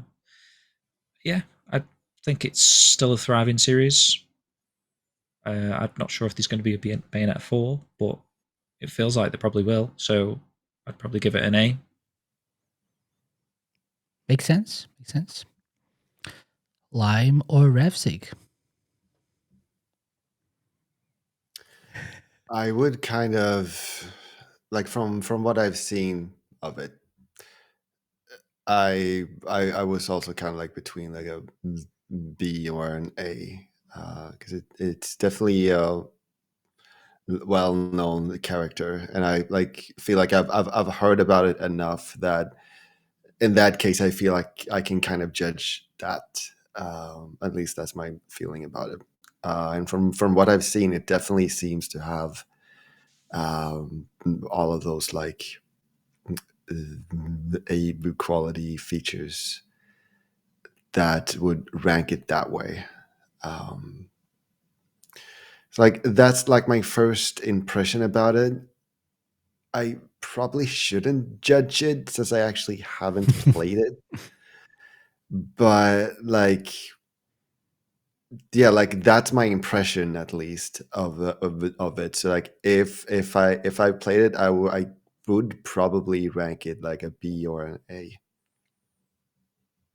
That's the only reason why I didn't give it any ranking here, because I haven't played it. But if I had to give it anything, I would give it an A as well, for the same reason that I gave, for example, Football Manager an A, that I gave Hatsune Miku an A. They're popular enough that they don't even need the Sega brand to be recognized and recognizable and popular. And that I think this is a quality game as well. It's, exactly, for sure. People love that sort of stuff. But it's more than that. Like, they're iconic. They're like Bayonetta is a charismatic character, right? And the risque feel of it as well, like you mentioned, James, that also helped. So I do feel like I think this is like the popular without Sega category and tier would be Football Manager, Hatsune Miku, and Bayonetta for me. But again, I Right, didn't 'cause we're- vote because I didn't play the games, so I haven't played the game. Yeah. So We are judging like about like I from like how iconic it is, right? as well. I And think it's like important to have quality as well, but yeah, and like But it kinda goes hand in hand. Bayonetta is undoubtedly iconic. I don't even think you need to play it to see that. That it definitely has those like whether you agree with it or not with the over sexualized thing, that is definitely something that makes it well known and separates it from other things. So that does kind of make it iconic. for sure, Yeah. for sure. Rav, did you have an opinion on Bayonetta? Sadly, I don't think it would be fair for me to rate it because it's not a title that I am overly familiar with. I am aware that it's a name that transcends Sega, as you said, and I totally agree with it. It's very popular, so just by brand recognition alone, this would probably be an A. But I am not comfortable with rating it, considering that I never played it. Mostly because when it came out, it was during a time where I was distant from games, so that timeline between 2005 to 2015, that's kind of a black hole for me. There's very few games that I really recognize and that I really was into during that time frame. And It's Bayonetta the same for is me. honestly Yeah. it's, and to make it worse, Bayonetta is one of the genres that I enjoyed the least. 3D action games are not my thing, even though lots of people love them. I just don't. It's a chore for me to play them, to be honest. So I would probably be unbiased if I was to rate it anyway. So it's probably Bayonetta fans are probably thankful that I'm not doing it. So I think it's an A, right? In that case, the only person that is allowed Is to me. rate it And rated I'm it an pretty sure that A. Viper gave it either an A or an S. An A, yeah, Yeah, of yeah. course. And I wholeheartedly agree with this. It's an A. Wholeheartedly agree, for sure. I think Bayonetta is an A, for sure. So I think it's very, very fair to go with this one. Okay. Seems reasonable. Yeah, so this is the state of the tier list so far. Okay. Right? Okay. So we have a lot of B's and A's here, a couple of S's, 2 C's, and we have 4 more franchises to discuss. Oh my god! That's kind of it's like to be expected, really. What I'm looking at there. Yeah. I think you I probably think would it's expect a to see good more outcome. A's and Yeah. B's. Yeah. Yeah. Okay. Very good. So we're going to take a quick couple of minute break, just to mention something, because when we're recording this, we're doing this live on Thursday, the 12th of December, which means we're one day away from the beginning of Radio Sega's Winterfest 2024. And I just wanted to acknowledge that. It's the 10-year anniversary, just like it's the 10-year anniversary of the Sega Lounge. It's the 10-year anniversary of Winterfest. A project that is very dear to my heart as well, from my time at Radio Sega. And I just wanted to let people know, if you're listening or watching to this in podcast form or on YouTube, probably you still have time to go over to radiosega.net and listen to some of the content that's going to be airing throughout the weekend. So it starts on Friday, so that's tomorrow if you're watching live, at 5 p.m. UK time, GMT, with Sega Mix Drive hosted by Rexy, and it goes all the way till Monday at well over midnight with Radio Redux and Last Minute Continue. I'll be actually doing the last live show, I believe, which is Night Train. a little bit after 10 p.m. perhaps, because I heard from someone that the Shenmue Dojo show is going to overrun. So As per usual. and Should so really we're have, probably going to start a little anticipated bit after. Yeah. People gonna be live as well. expect that. Sorry, Mm. sorry, I'm Ram? going to be live as well. You're going to be live as well, yeah? Which Yep. will be on, I don't know. When was That's will going to it be Saturday, 11 a.m. UK time, GMT. There we go. With a And that's quiz. not necessarily going to be Ooh. VGM quiz, but it is going to be a music quiz. And there's Okay. going to be a prize to the winner. It's going to be, and this is a first. This is breaking news. It's going to be a Mega Drive music quiz. Oh. Winner So and winner gets Sonic Superstars Steam key. Excellent. Nice. Excellent. So if you're into Mega Drive music and you want to take part, 11 a.m. UK time, radiosega.net to take part in that music quiz hosted by Ravsieg. But for the whole schedule, go to radiosega.net, the main page, and you're going to see like a news article like this, and it's got the full event schedule.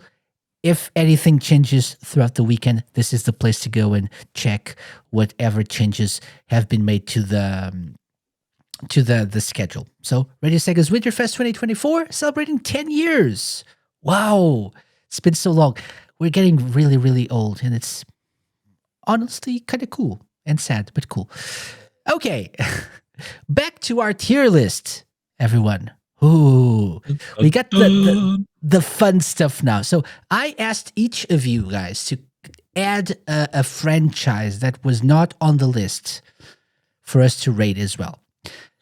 From Sonic to Bayonetta, I think we can all agree that these are all like the most recognizable / iconic, popular, whatever you want to call them, IPs that Sega currently has. We left out a few ones that we don't think would make sense for this. We didn't, for example, we didn't include Total War, which would make sense, but we are not, any of us, we haven't played any of those games, or at least not as much as we should to be able to rate these. So I don't think it would be fair to include those.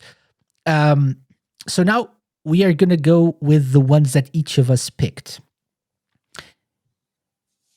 Let's not do this in order, in the order that I have here. Let's start with SkillJims. SkillJim, you picked Space Channel 5. I did, yeah. Yeah, so we have about 15 minutes left to tackle this, okay? Okay. So you picked Space Channel 5 because I assume it's a series that you love. Yeah, it's obviously it's another one from the Dreamcast era. I felt like we already done Space Shuttle 5, but I think I'm thinking of the character one that we did, right? We did like a sort of Sega iconic characters. Ulala to me is one of those iconic characters. When you're talking about cosplayers and that sort of stuff, a lot of people do cosplayers. Ulala still, despite again another game that's had such a hiatus from those Dreamcast days of. And part 2 didn't even make Europe.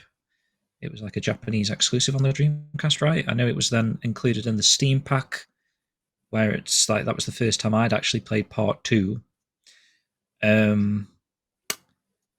But that original game, it was just something a bit different. I'd never played a game quite like it before. There's probably is like rhythm-based games prior to that, but that was my very first rhythm-based game. And yeah, just the aesthetics of it, the characters, the music is iconic to me.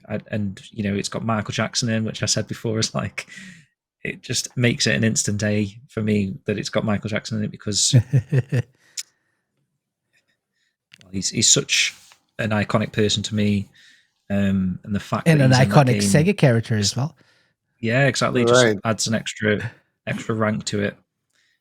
Probably was sit maybe like a B currently, Space Shuttle 5, but just because of that alone and the fact that I picked it on the tier list, I'll probably go into the A bracket. I know we did get the VR game that was okay. It was nice to have a new Space Channel 5 type of experience. in recent years, and hopefully it can be another title that maybe Sega are thinking of bringing back.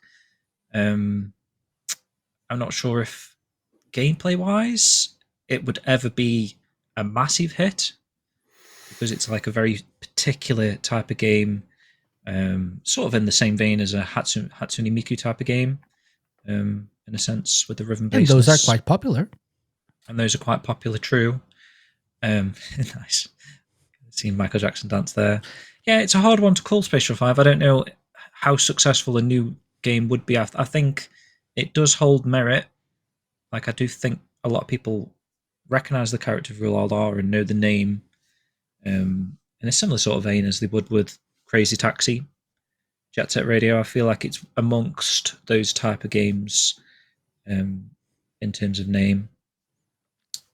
So just based on those facts and the fact that I picked it, I'll pick it. I'll go with an A for Space Shuttle 5. Okay. It probably is a B, but it's a B. But what you guys say. Sorry, it's a B, but I'll give it an A. Okay. Yeah. So, Lime or Rev? Do any of you want to tackle this one? I haven't actually seen do. much of it, so no. Okay. I mean, one thing that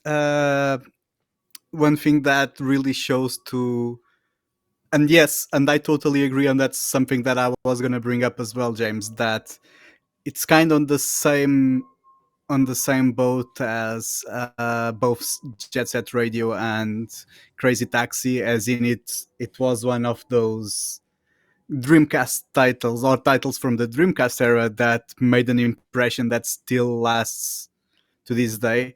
And one good proof of that, evidence of that, is that, on the new Astrobot game, there is a scene. Yeah.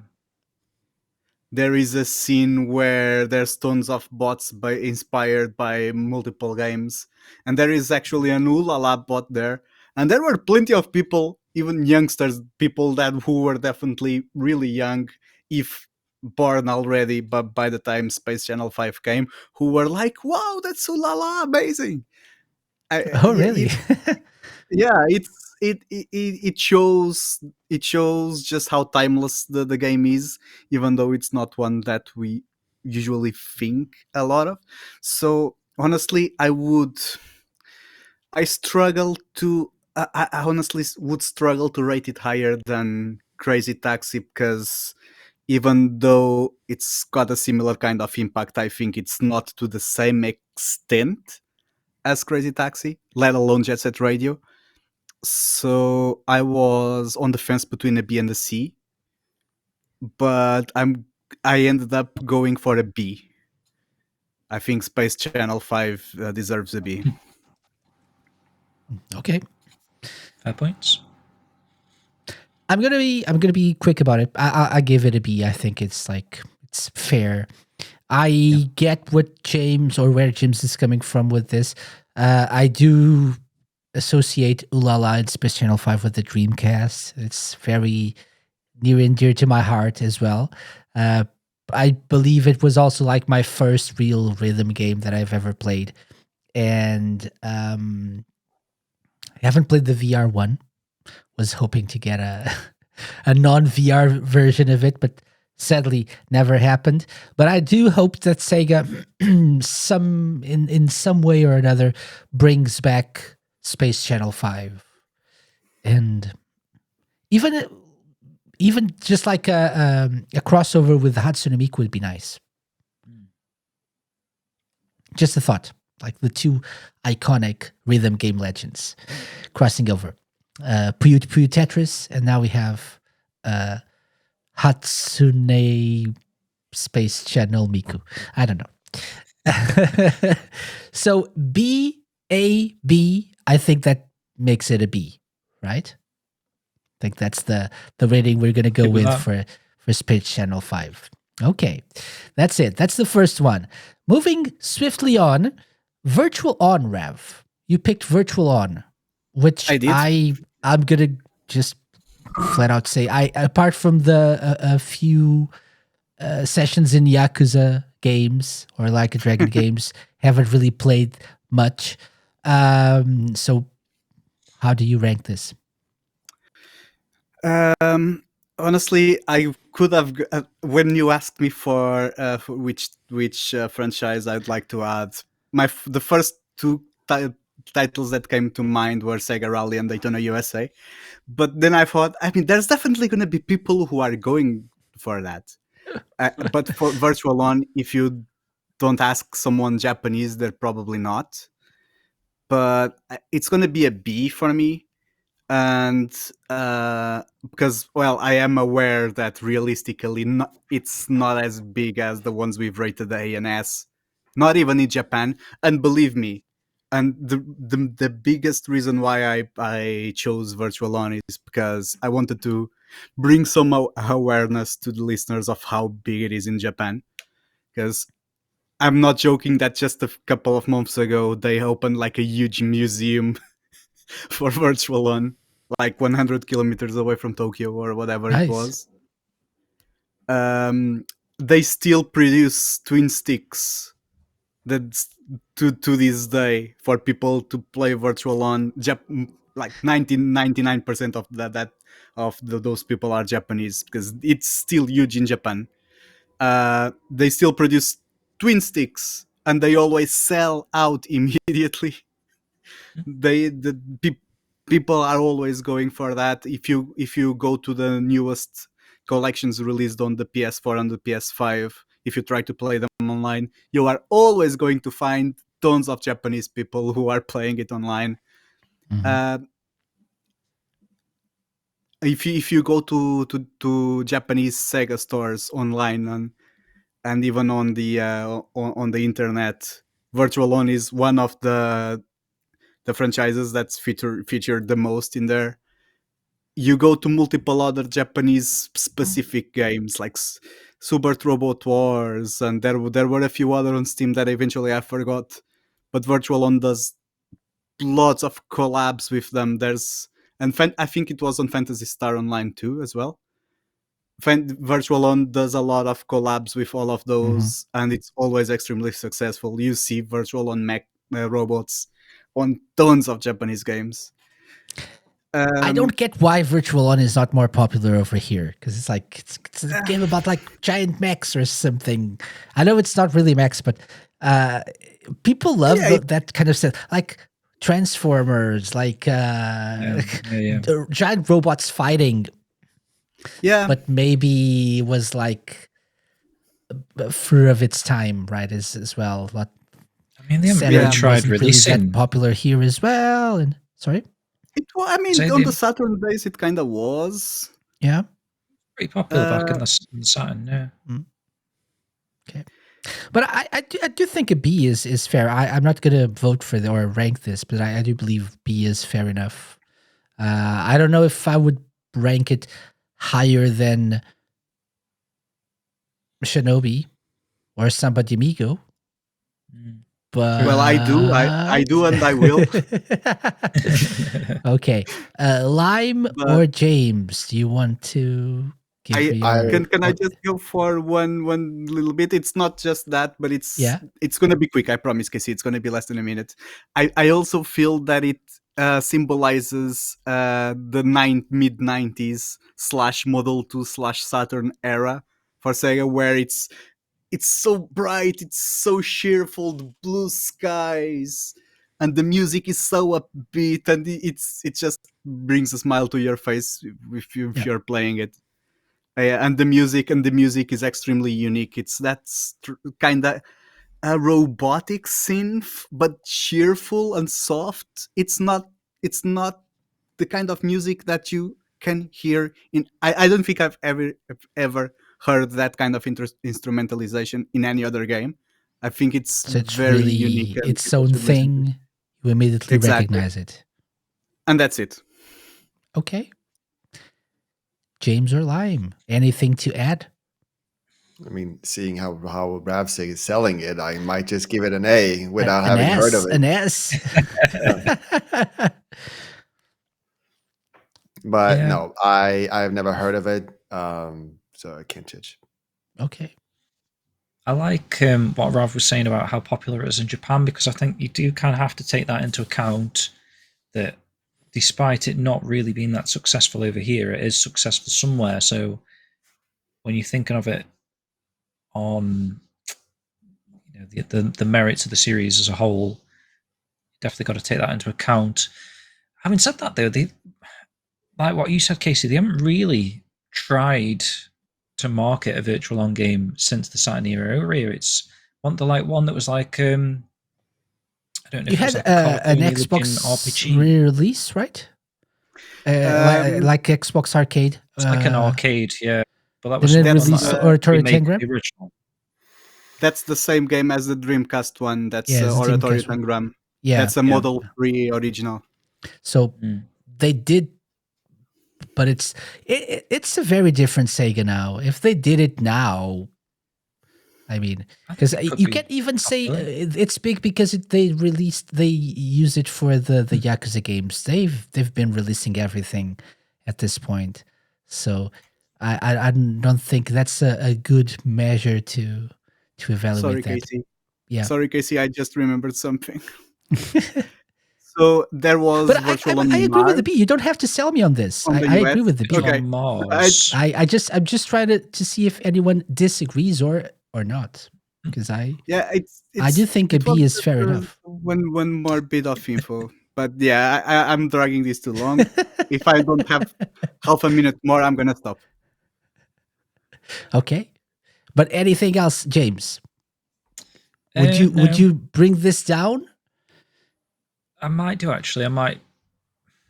But then, with it being so popular in Japan, yeah, let's just go with a B. I think it's. Look at those puppy eyes. I think it could be more successful over here if they gave it a proper chance. It's a similar thing with like Valkyria Chronicles. They don't really allow it to be successful. Like with them, well, we'll probably get into that in a moment, so I won't. Yep. I'll save that for the next bit. I'm just trying to move this on to keep going. So, any objections of giving this a B? Truly, no. Okay. Okay, well, let's give it a B, and we'll see at the end when we go through everything again. Okay, next up, Sega All Stars or Superstars. Lime, you went with this, like, which is a series, truth be told, right? Yeah, like the All-Star Superstar Racing. Tennis, racing. That was the PSI thing. Remember that? No, me neither. Yeah. The iToy. The iToy. What do you think, Lime? You chose this, so. I mean, yeah, like the All-Star Racing series. I mean, it's a series I absolutely love. Like, it's the best of its genre, like according to me, at least what I've played, and I think that it surprised a lot of people that like was not previously fans of the like Sonic or Sega characters overall. Like, oh wow, this is a really solid game, and I very much agree with that. And so, like, yeah, I like, for me, it's a definite S. Makes sense. Yeah, there we go. Okay. Yeah. James. I really like the series. I wish they would make more games in the series, or at least have the faith in it, because Transformed, I do hear a lot of people talking about that even now as like one of the I still play it. Kart races. Yeah, exactly. You know, when people talk about like Mario Kart 8 or whatever, Transformed is kind of just like the next kart racing game, in my opinion, below Mario Kart. So I feel like it would. I don't know why they haven't given it another go. I know they kind of did with Team Racing, but that wasn't really what Sega fans wanted in a sense. No, like, it didn't reach up to Transformed, like, in my opinion. No. Mm-hmm. So I'd probably put it as a B currently, just because it's, again, another sort of dormant property, but I do think Sega, especially with this new era stuff, if they are trying to embrace a lot of the old IPs, a game like this to sort of amalgamate all of the IPs that they're trying to market currently with the Jet Set Radio, your Golden Axe, Shinobi, Crazy Taxi, they could actually make a new All Stars game that combines all of those series and the other series that are popular at the moment, like a Dragon, Persona, and Sonic as a given anyway. So I just think that if they were to do that, that would move it into the S tier because that's really exciting. But currently, on current standards, it's a B for me. Yeah, they've really been moving into only Sonic characters now, haven't they? Which, yeah. And therein lies the problem. It's not just because of that, but they I think they missed what made this series so good. Yeah, and they have less games to make stages out of as well. Only focusing on Sonic, because then they can only pick Sonic stages. Oh yeah. But if it's from more series, then I mean they can do a lot more with it. Virtual on stage. There we go. And the characters. And the characters. Yep. Yeah, that's true. Yeah, that's true. Kamurocho. So, Persona. So I give it an A. Viper gave it an S as well, by the way. And Viper gave B to Virtual On. Viper bet I've given it an S. I'm giving it an A because I don't think it deserves it deserves to be at the same level as like a Dragon and Sonic. Because of the same reason that all of us already said, or most of us, they have given up on this. It seems like they haven't really released a new game in this series since Transformed, which is criminal. They should come up with even imagine just like Transformed Deluxe with Persona, Bayonetta, like a Dragon. Amazing. Right? Whatever else we haven't got. Crazy Taxi. Monkey Ball, was that in? I don't think Monkey Ball was. Yes, Monkey Ball was in both of them. Yeah. And with stages and characters. Yeah. Streets of Rage. Right? Crazy Taxi? No, I don't think so. Or was it part of the Sega Ages bit? Because I am fairly convinced I've seen the Taxi. Well, I might just be wrong. Yeah. Never mind. I don't think so. Jet Set Radio, yes, but not Crazy Taxi. I don't think so.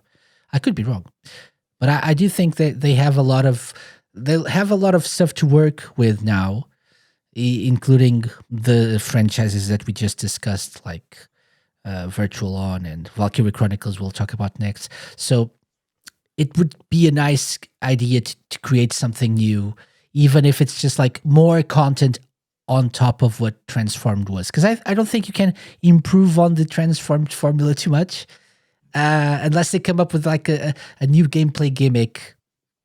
But I don't think it's necessary. Just do like what Nintendo does and do a re-release called Deluxe and add some more content to it. Yeah. And I think we're good. Imagine a Sonic and All-Star Racing Transformed HD. That's the Xbox version already. If you play it on the Xbox, kind of thing. Okay, fine. Yeah. Like a remaster kind of thing. Then they add like equally as much stages as there already are. That would be cool. Exactly. Yeah. Rav, what do you rank this? I'm really sorry. Briefly, please. The games are all good, and I'm not talking just about the racing games, which are all brilliant and really popular. There's also the tennis game, which I really enjoyed. Same here. And there was the Yaitoi game. That one I don't think was received as well, but anyways. Yeah, exactly. Didn't work very well. And I'm the reason why I'm going to lower the average, and I'm sorry about that, is because I struggle to see this as its own thing. It's not necessarily an IP that is creating value for Sega. It's almost like a super band that's harnessing things from the other titles. So it's not necessarily generating that value. Although I do concede that it optimizes the value that other franchises in Sega got. So I just can't bring myself to go really high with it. I'm not sure if I'm being clear. But Yes, you since are. it's I just still want to good know and what the popular- rating is. B. Is it a That's C? that's Oh, That's oh. no. Then you were not being It clear. would be really unfair considering the games are really good. Oh, That then you is were not. why- You were not being clear. I think you were being too harsh with what you were saying. Question though, like, are we judging it like, because my pick, it's my pick, right? And Yes. my pick was really like the racing series, not including tennis and stuff. So like, I think are we it's judging it on, if it's that, I'll lower mine as well. Then if it's just that. because that was my pick. I don't even know about the other stuff. No, because you said all stars or superstars, and so I think it's part of a Yeah. series that Sumo Digital was working on.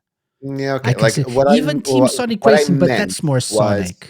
was like the 3 games series of the racing games, like All Star Racing, Racing Transformed, and And Team Sonic Racing?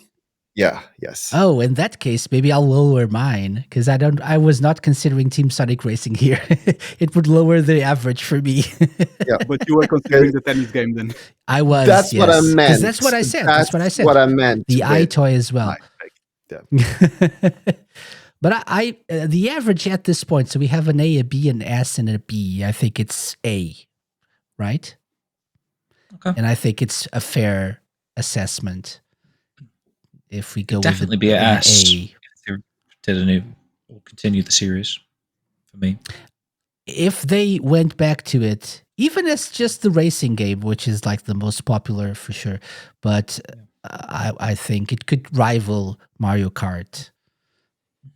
Maybe that's too much, but at least it would be popular I mean, amongst Sega people.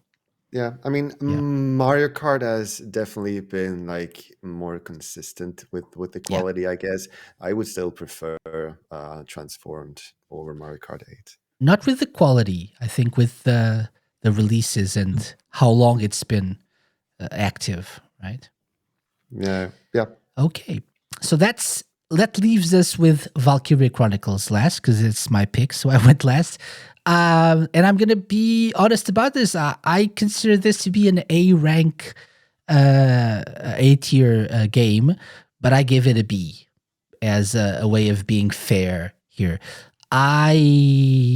I don't think. Oh, by the way, it's not Valyria Chronicles. It's Valkyria Chronicles. I just realized there's a typo here. But I don't think that they didn't promote it to be in the West, like you said, James. I think they did a good job because I got into it because of that. I missed it when it first came out on the Same.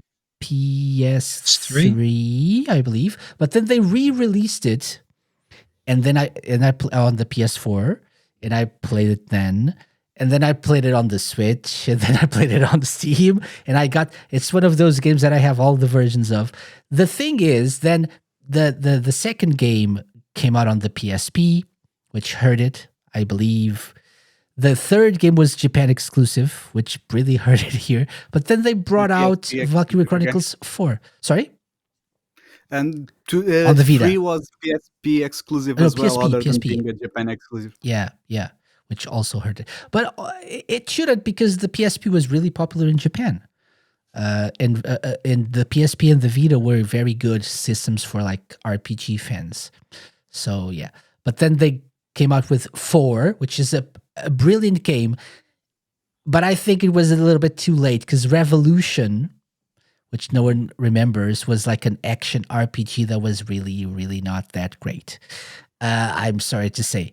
So, but 4 is an amazing game. 4 is really, really good. It's like a return to form and then some.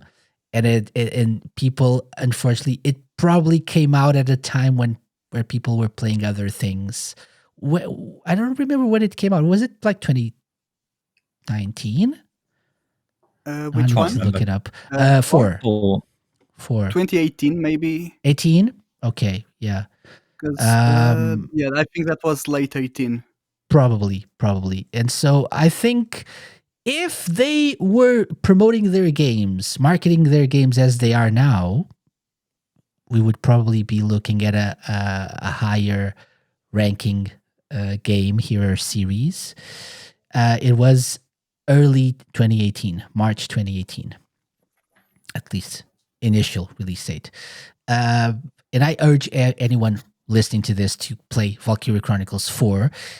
1 is amazing. It's a great game. Just go 4 if you want to. If you want like to experience what is probably the best one. I think Valkyrie Chronicles 4 is the pinnacle of the series. 2 is a cool game as well. I enjoyed it. Haven't played 3, but yeah, it's a shame that it's probably a dead franchise at this point, a dormant franchise. But I think there's still a big following, specifically because of the genre. RPGs are big. And this is like sort of a tactical RPG of sorts, but not really. It's like a mix between tactical and action and turn-based and stuff, which is why probably I enjoyed it so much when I first played it, because I was not into turn-based RPGs. But it's not really like a turn-based RPG in the traditional sense. You have like action points you can move around, and that's a little bit different and there's more freedom in how you can move and explore the areas and take advantage of like the environments. So that's really cool. But to be honest, I wouldn't really be mad if you guys ranked this lower than a B, because I think it could probably be fair. I don't know if I can be really that objective when it comes to Valkyrie Chronicles, because it's definitely one of my favorite SEGA franchises. But I think B is like the sweet spot for me here. And considering it's not been too long since the last game, maybe it's justifiable. But I don't know. Do tell me what you think. I'm 100% with you. I mean, if it depended on how much I appreciated the game myself, personally, it would be a triple S. But Yeah. I think B is fair. I do really enjoy it, and ironically, I'm pretty much fresh off a podcast recording I was invited to. And if you understand Portuguese, I could send it your way. We did spend a fair amount of time talking about Valkyrie Chronicles in there yesterday. So yeah, so it's fresh in my mind. I love the style. It's beautiful. The art style is just amazing. The story is interesting. It's heavily based on real European history, a specific time in World War European II. history. Yeah. Exactly. But it's got a huge anime twist flavor, and it's still deep. Still, the story can be really emotional. Like, don't let the cute visuals trick you. There's some heavy stuff in there. And there's permadeath as well. So for Yeah, the characters in your like squad, which really if stinks someone because dies, you grow attached to them. yeah. And although you can turn it off, from what I hear, In 4, I believe. okay.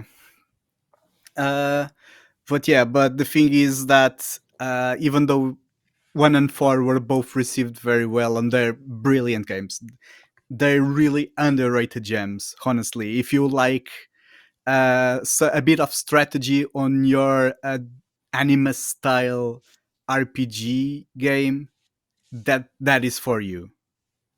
That game blends strategy really well with action and RPG, as Casey said. I'd say So the try it reason why anyway, because I wasn't really a fan of either of those genres, and I really enjoyed it. okay. So give it a try. I would say. Yeah, but the reason I'm giving it a B as well is because honestly, it's not really mainstream enough for it to be as recognizable as many of the other IPs we've been discussing here. Even though many of them have been dormant, there's still bigger names than, unfortunately, Valkyria Chronicles is. That's it. Agree. It deserves more. Yeah, I probably tend to agree with a B. I think there is a market for this type of game at the moment because I feel like there's been a real resurgence of turn-based strategy type games with your Personas, your Metaphors that are doing so well that alongside that, Sega could really promote a Valkyria Chronicles type of game, and it would be a success right now. I've only really played the first one, the remastered version on the PS4, and for someone that doesn't like turn-based games, actually it's quite inviting. Actually, it's not too hardcore turn-based because, like you said, Casey, you can explore, you can pick which target you want to target, and even snipe them from a distance and that sort of stuff. There's quite a fun element to the gameplay strategically. Even a bit of an arcadey feel as well, because there are missions. If you know what you're doing, you can like in one turn or 2 turns just complete a mission. That's on the first one, though. I feel like they avoided that pretty well on 4. Was probably a more like gotta streamlined change your experience. strategy a lot on 4. Yeah. But I'm sorry, I interrupted you, James. No, but yeah, like Rav was saying about the story as well, I hadn't thought about it for a while, but then as she was talking about it, I was thinking like, yeah, it was quite a good story because like the dude's name's Welkin, isn't it? And just the introduction to the first game, I just remember feeling quite emotional towards this character, and then his interaction with the girl, I forget her name, but Alicia. Yeah. Okay. Yeah, good game. Perhaps, like you said, Casey, because it's been a bit dormant, wasn't really marketed, not as popular as some titles, I probably would put it as a B, actually. Yeah. I think it is a game that could be a lot more successful than it currently is if it was given more of a chance as well. It's another one of those games that hasn't really been given a full chance from Sega. Mm-hmm. On the Radio Sega side of things, Purvis said that Valkyria Chronicles had a lot of misfortune. It came out in the era when JRPGs were hated because they were JRPGs. It was stuck on PS3, and also it was a very stripped down experience, which was the style of the time. Yeah, maybe. Being a stripped down experience maybe was what made me like it and turned me onto it. And then I played the other ones, which are definitely not as simple and streamlined as the original. But I agree. A re-release of sort, not a re-release. They're they're playable in Xbox Series consoles, PS5, I believe, because it's retro compatible, and PC. So just promote the game a little bit more. Like you said, it's part of a genre that is popular these days. So, and it's a really, really good game. Lime, any thoughts on Valkyria Chronicles? Agree with the promoted more. First time I heard of it. Okay. Ouch. That hurts, but I understand. I blame you. I need more Sega education. It proves our point, though, doesn't it? Exactly. It proves our point. Yeah, it proves our point. So, what point? Sorry. That it needs more promotion. It needs to be, yeah. That's what I'm saying. I agree with that point. It needs more. Yeah. Very good. So this is the definitely not definitive ranking tier list of Sega franchises. Okay. So S ranks, for people listening, S ranks Like a Dragon and Sonic the Hedgehog. A ranks Persona, Shenmue, Football Manager, Virtua Fighter, Streets of Rage, Bayonetta, and the All-Stars / Superstars series. B ranks Puyo Puyo, Fantasy Star, Monkey Ball, Hatsune Miku, Jet Set Radio, Crazy Taxi, Space Channel 5, Virtual On, Valkyria Chronicles, and C ranks Somebody Amigo, Golden Axe, and Shinobi. No D ranks because we're nice like that. Do we need to change anything here? And also, Yeah, we need to Oh, move All-Star Racing up to S. That's what we need. do we need to change how, like, the order in each tier? Because we did that last time. So we placed, for example, Persona before Shenmue and Shenmue before Football Manager. Do we need to adjust anything this, or is it good like it is? No, we Shinobi need has to, the first on C rank. Shinobi first on C rank? Yeah, So like this? Yeah. Before yeah, I'm happy with Somebody Amigo? I think so. Which got a I'm new not- game last year? I'm not sure if this opinion is consensual here, but that's my opinion. I mean, I gave I it a think I B. agree with that, actually. Yeah, I think I agree with that. I'd probably put Bayonetta in front of maybe not Streets of Rage. I don't know. I would That might actually, be okay. I don't know. I would probably move it over here. I guess agree. so. From I know what you what I know. mean.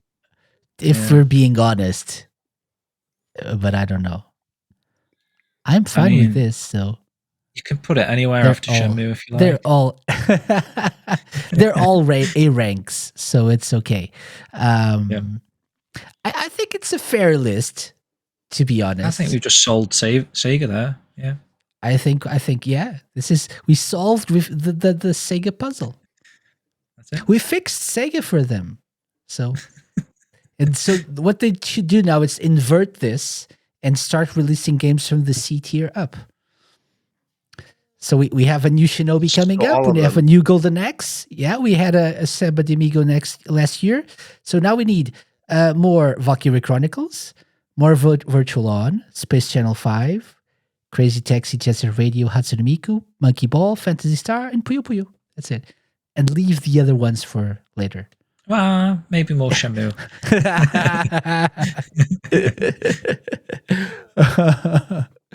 If it Yeah. helps, you can put Shenmue and C if it means that we'll get a Shenmue 4.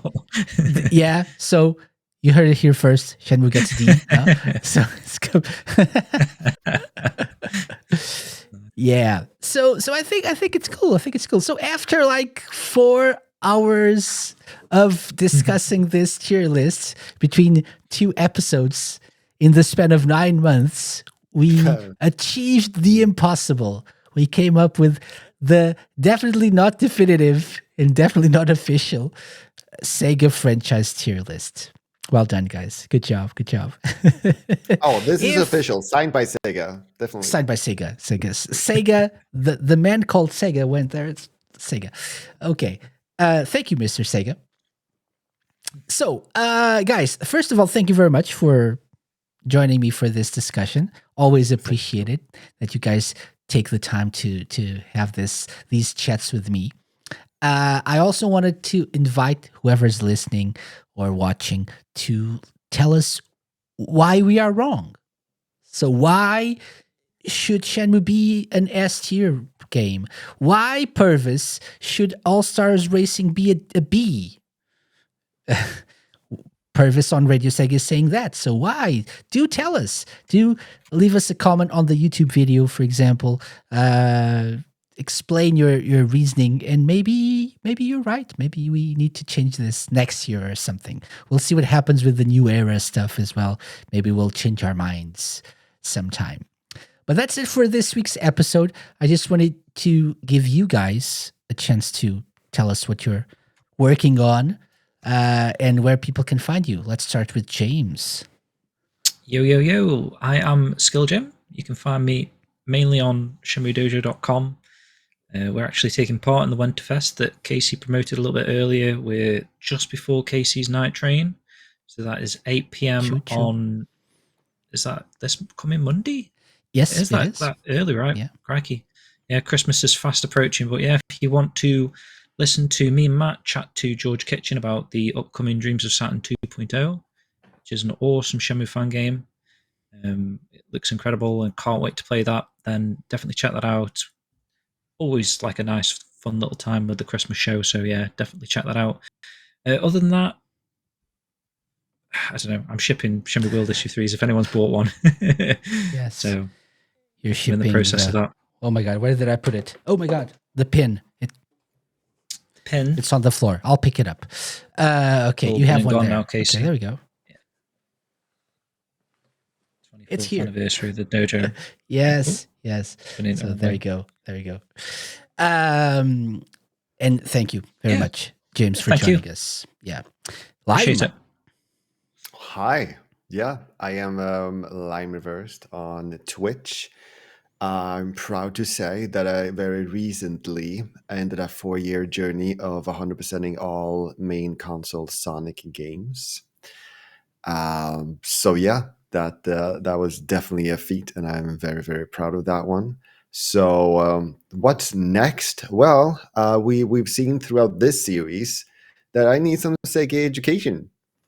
So hopefully we'll play some Virtua Fighter with Ravsieg, and then Casey and I will play, some more Sega games that I've that I already bought and have. By the way, I'm gonna say the season of this show is gonna end soon, so maybe we'll have some more free time to do some extra streams and play some games. Yeah. Definitely. I'm looking forward to it. Shout out to Boop, by the way. Oh yeah, right. Yeah. I have a new character on my stream named Boop the Husky. Very cute one. Really cute. Yeah. So yeah. Okay. Thanks, Slime. And Rav.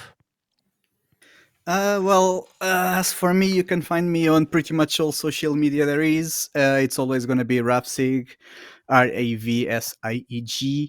My personal projects, there really hasn't been a lot of news, if any news at all, since I last talked about this on the Saturn episode from a few weeks ago, on the Saturn 30th birthday. If you haven't listened to it, please do. It was grab a snack, grab a drink, take a seat. It's a long one. Casey, myself, and the Sega guys. Yes, Christmassy, yes. But I've been invited to a bunch of Portuguese podcasts in the last few months. So if that's something you understand, I will be sure to share them on my social media channels. Most of them revolve around Sega as well, so it's something that if you're listening to this, you're gonna understand what we're talking about. And also, I will be presenting a Mega Drive music quiz for Winterfest, for Radio Sega's 10th Winterfest. That's going to be Saturday, 11 a.m. Go and join Radio Sega's Discord channel if you want to go for Sonic Superstars Steam Key. There you go. That's a nice pitch there. As for myself, the Sega Lounge is very close to its season finale, but we have 2 more shows, 2 more episodes. So coming up next week, we'll finally talk about, and I need my 2 hands for this, Metaphor Refantasio. We'll talk about Metaphor Refantasio, which has been consuming my life, my very little free time, I'll be honest. But we're finally ready to talk about that. So that's coming next week. And then we'll have the season finale, which will be just a surprise. I've talked about this last week, but we're gonna do like a year in review thing. That's 2 weeks from now. So thank you very much for joining us for this episode 245, so many already, of the Sega Lounge. I'll be live on Monday as part of Winterfest with Night Train. So if you're into chill Sega music, join me over on Radio Sega, and do check out Radio Sega's Winterfest 2024. As for us, we'll see you next time. Bye-bye. Thank you, guys. Bye. Bye-bye. Bye. Thank you, everyone.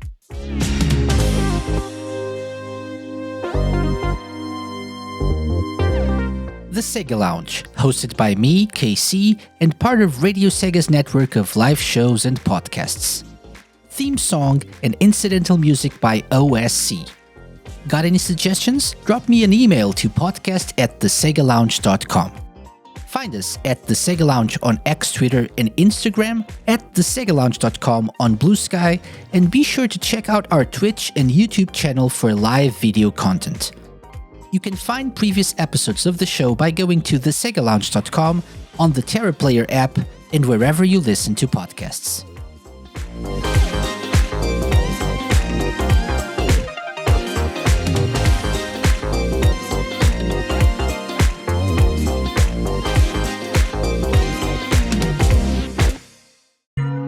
A Mixed On Productions podcast.